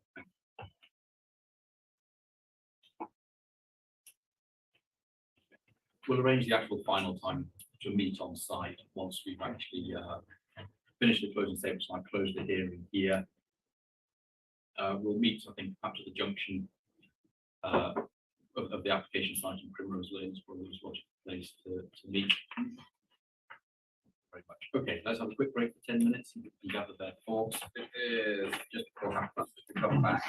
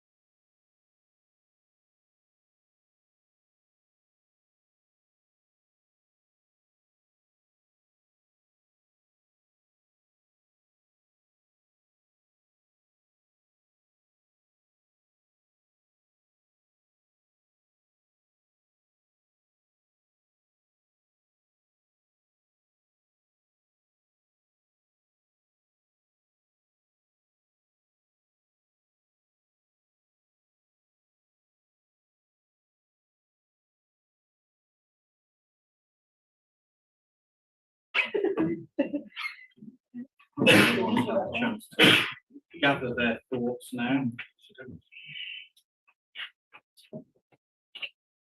So, do the third parties have anything you would like to add? Message for me to take away, ringing in my ear with your closing statements from the main parties? I think I've said all of the things I really have to say, and you've seen the evidence in picture form on the screen. So, yeah, we live with those situations every day. And that's with the existing volume of traffic and resident vehicles and deliveries and refuse. So vehicles for another 50 properties will come to a gridlock. We'll not be able to get off away from our own house onto the main road.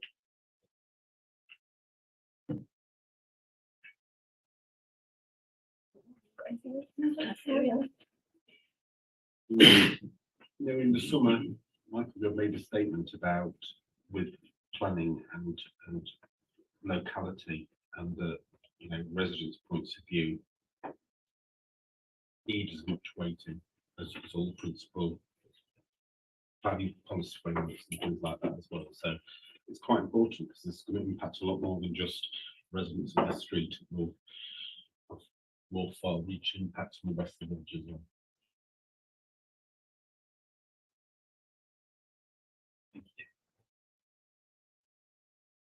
Move on to the council.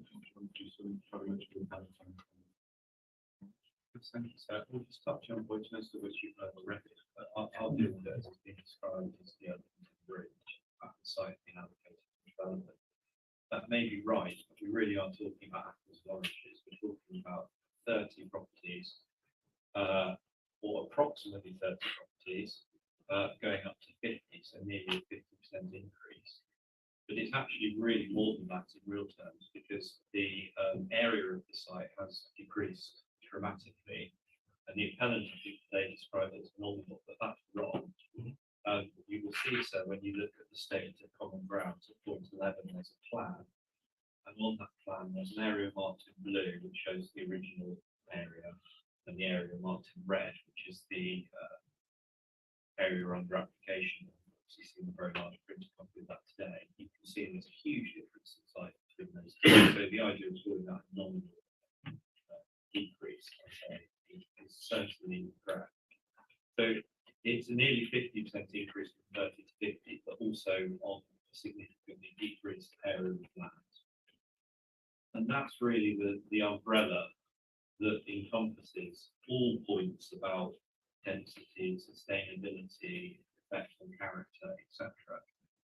And also, as Ms. Rayford said earlier, we are talking as well about a development which is next to the canal, which is effectively supposed to be severed from the canal by having a hedgerow going along.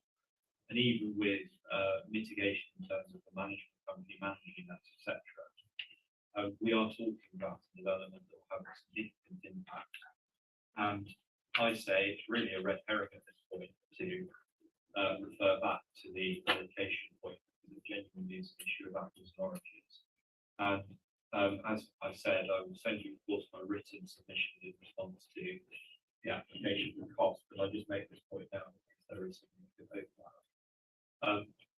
My point really is that this 30 to 50, etc., is an umbrella point that covers everything. One point the appellate makes is that we have moved the goalposts, or we have raised new points or shifted focus on different points. But in truth, we haven't. It all falls under that umbrella, and so I make that point. And my case in summary really on that is that this is in breach firstly of the policy, and that it's not approximately 30 properties, but also that the reasons for refusal are sustainable and that you ought to allow the appeal because ultimately planning permission will not be granted. The issue then of highways on policy ID3 and paragraph 111 of the National Planning Policy Framework, I say the burden is on the appellant to show that the development would not have an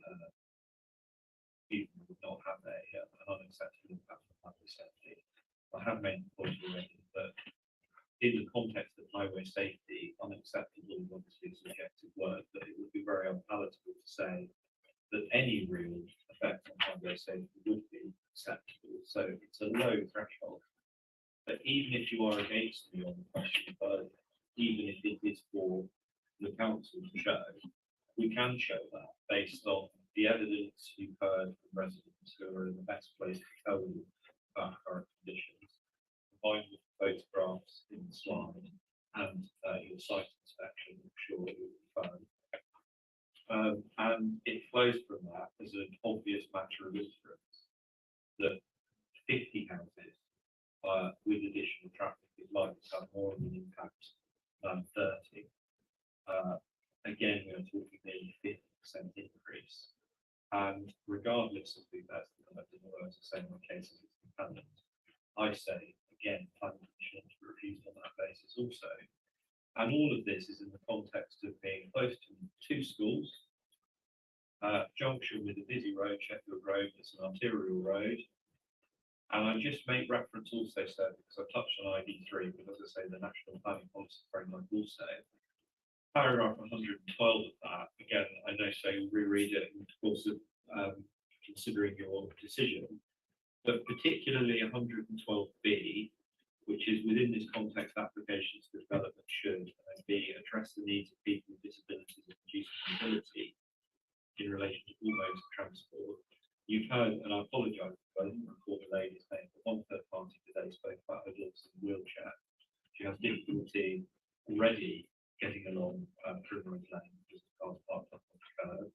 If we're talking people with reduced mobility, that's also young children around, etc. being close, there are obvious issues there. We've got 112C, which is create places which are safe, secure, and attractive, which minimise the scope of conflict between pedestrians, cyclists, and vehicles. Well, again, that really raises the obvious point that we're talking about junction with limited visibility, high levels of traffic at peak times, close to schools, bus stop nearby. That's certainly engaged. And D, allowing the efficient delivery of goods and access by service and emergency vehicles. Well, again, you've seen the photographs in the slides, you've seen the difficulty of seeing low load caused or the bin lorry having to reverse down Primrose Lane. And again, it's called the elephant in the room about the site being allocated, but it is apples and oranges. There is a real difference between 30 and 50 houses. And it follows, I say, that the additional being 50% in terms of numbers certainly prevents the appellant from discharging the burden, or if the burden is on me, I meet the burden of showing that there would be an unacceptable impact on my saying. In terms of conditions, etc., so I've got nothing to add, so unless you have any questions over my solutions. Thank you very much.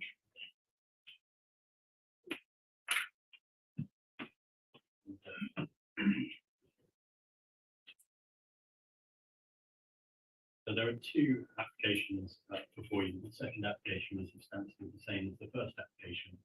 The differences amounting to provision of a junction capacity assessment and an NHS contribution. The application sought planning permission for 50 dwellings and associated roads, sewers, gardens, parking, and garages. The refusals followed extensive pre-application consultation by the appellant with the officers of the council and other stakeholders. The appellant addressed the issues raised by officers, and this resulted in a favourable recommendation from officers for both applications. The decision of the members of the planning committee to overturn the recommendations of their officers was of course disappointing to the appellant, not least because the professional view represented by officers was the combination of close engagement with the council, and no substantive concerns were raised by statutory consultees. Nevertheless, the planning committee determined that permission should be refused in respect of both applications and formulated 2 reasons for refusal. Those reasons are essentially the same. My submission to you, sir, is important that we read those reasons for refusal. Other than in respect to the second application, there is no mention of a capacity assessment, as the appellant has provided one, and the references are updated to the freshly adopted local plan. On behalf of the appellant, you heard, sir, from Mr. Edgar on planning matters, Mr. Muir on transport matters, and Mr. Boulder on architectural matters.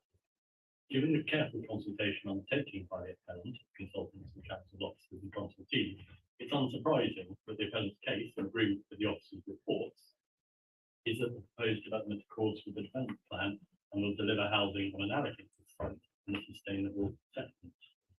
There was controversy as to the meaning of policy LC1 in the submissions I made in the hearing, I repeat very briefly. So, firstly, it's not a development management policy.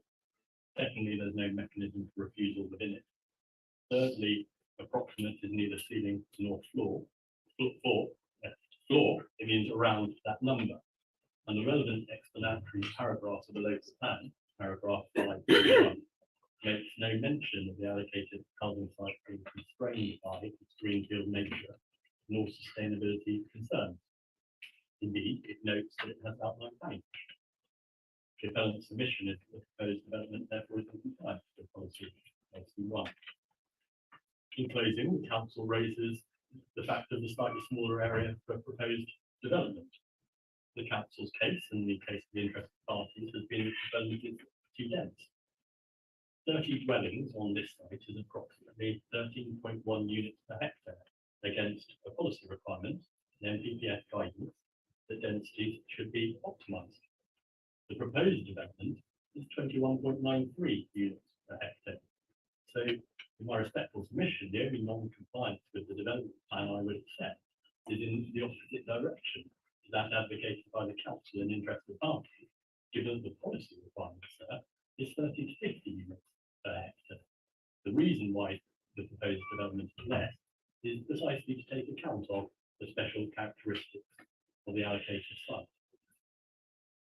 Given the officer's reports and the consultee's responses, you, sir, can be sure that the only potential planning matters which are allegedly telegraphed to grant a planning permission are those contained within the reasons for refusal.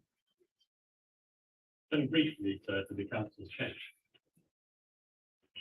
In circumstances where decisions have been taken contrary to the advice of officers, it is incumbent upon the council to produce evidence and justification for those refusing. The council has to explain why the refusal of permission was justified. The council's evidence provided only very limited commentary and assessment in support of the reasons for refusal. The matters of disagreement between the parties, in my submission, are starkly set out in paragraph 10 of the statement of common grounds, and the appellant considers that it's provided a comprehensive response to those issues thereby identified. To repeat what I said in the hearing, the difficulty the council faces is that the site is an allocated site. The council has just promoted the site suitability for residential development in the recent local plan examination. It made a positive case as to sustainability and potential impacts to the local plan inspector. In those circumstances, the council has not explained, sir, firstly, why residential development of a greenfield site which has been allocated for residential development is unacceptable. I made this point openly during the course of the hearing. It didn't appear to be resisted by the council. Namely, that element of the reason for refusal relating to greenfield development is unsustainable. Secondly, it's still not clear to the appellant how residential development is detrimental to the character of the area in the context of an allocated site. Thirdly, it's unclear how the proposed development would lead to unacceptable impacts on sustainability and adverse effects on the character of the area in circumstances where the council's case must be that 20 less dwellings would be acceptable, such that the council was able to promote the site allocation in the local plan. The inspector, you, sir, would have noted that in response to these fundamental points, the council's focus was on points of detailed design, which were not in the reason for refusal, nor raised by any statutory consultee.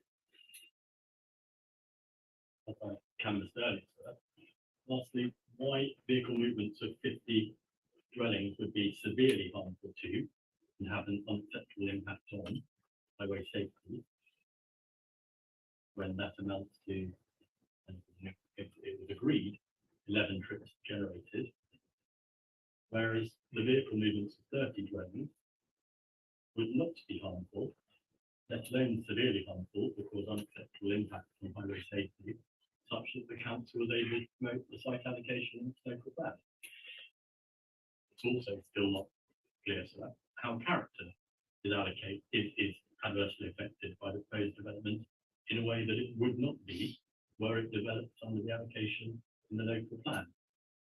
Notably, the council does not provide any heritage landscape design, landscape architect evidence, and did not appear to take issue with, for example, the appellant's heritage statement, or Mr. Bolger's description of how and why the proposed development was planned, particularly the removal of the HSE constraints on the site, which, in my respectful submission, is an explanation for why this site is now entirely appropriate for more than 30 houses. In relation to the highways reason for refusal, the council's case is that the development would be severely harmful to highway safety. That's what it says in the reason for refusal. But it says in the statement of case that the policy test is the lower bar of acceptable impact. However, whichever way the council seeks to make the point, the simple fact is that the evidence before the hearing of the council, such as it is extraordinarily sparse. Based on a single short observation of an hour, circumstances where the appellant has been criticised for lack of evidence, it does not come anywhere close to showing severe harm or even an unacceptable impact. Based on the various photos that the council provided and the provided show a fairly familiar street scene, respective houses and roads up and down the country. Instead, what the council seeks to do is set yet further tests and criteria for the appellant to meet. You do not be provided with any policy or statutory basis for those further tests and criteria. The appellant's provided all the evidence it was required to provide. Indeed, all the evidence it wasn't required to provide to show that there would not be an unacceptable highway impact. Everything the appellant was asked to assess and provide, it did. The real question, in my respect, Commission, what more could the appellant do that it has been put to show that there would not prove negative an unacceptable highway impact? The council provides no evidence to substantiate it. Instead, seeks to impose a requirement that the appellant proves that negative, that the proposed development would not have a potential effect. That is not how the process works, nor is it what the relevant policy directs, nor has the council addressed the critical fact of my submission that the Highways Authority has said that it has no concerns 4 times. I threw down the gauntlet and livened up the hearing, sir, and made clear that the position of the appellant was that it is the additional 20 houses that you, sir, should be concerned with. That appeared not to be resisted, and respectfully, the gauntlet was not picked up. Points were raised in respect of the local plan examination and statements from the ground, but those concerns did not make it into the adopted local plan, which was found to be sound. The simple point, sir, is that the appeal must be decided in accordance with the development plan, unless material considerations indicate otherwise. No other material considerations have been raised. SOCGs or Borough Council's desired positions do not form part of the development plan. In the round, these are appeals concerning proposed residential development, which is supported by officers, supported by all statutory consultees, and which complies with the development plan, as well as the DPS. It provides high quality, considered housing proposals, and as such, allocated in the recently adopted local plan, and was designed in accordance with the wishes of the council. Respectfully submitted for all of these reasons, it feels real.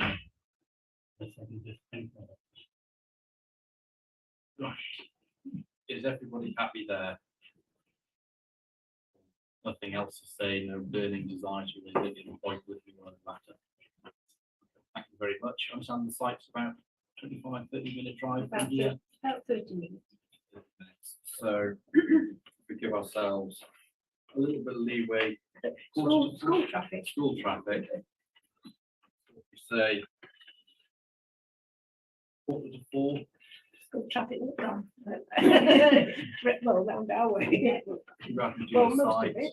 visit then, and I'll be back again next day in the morning. With the site visit, and then come to you. In that case, we need to say thank you very much for your assistance today in the running of the event, and that's the hearing. Thank you.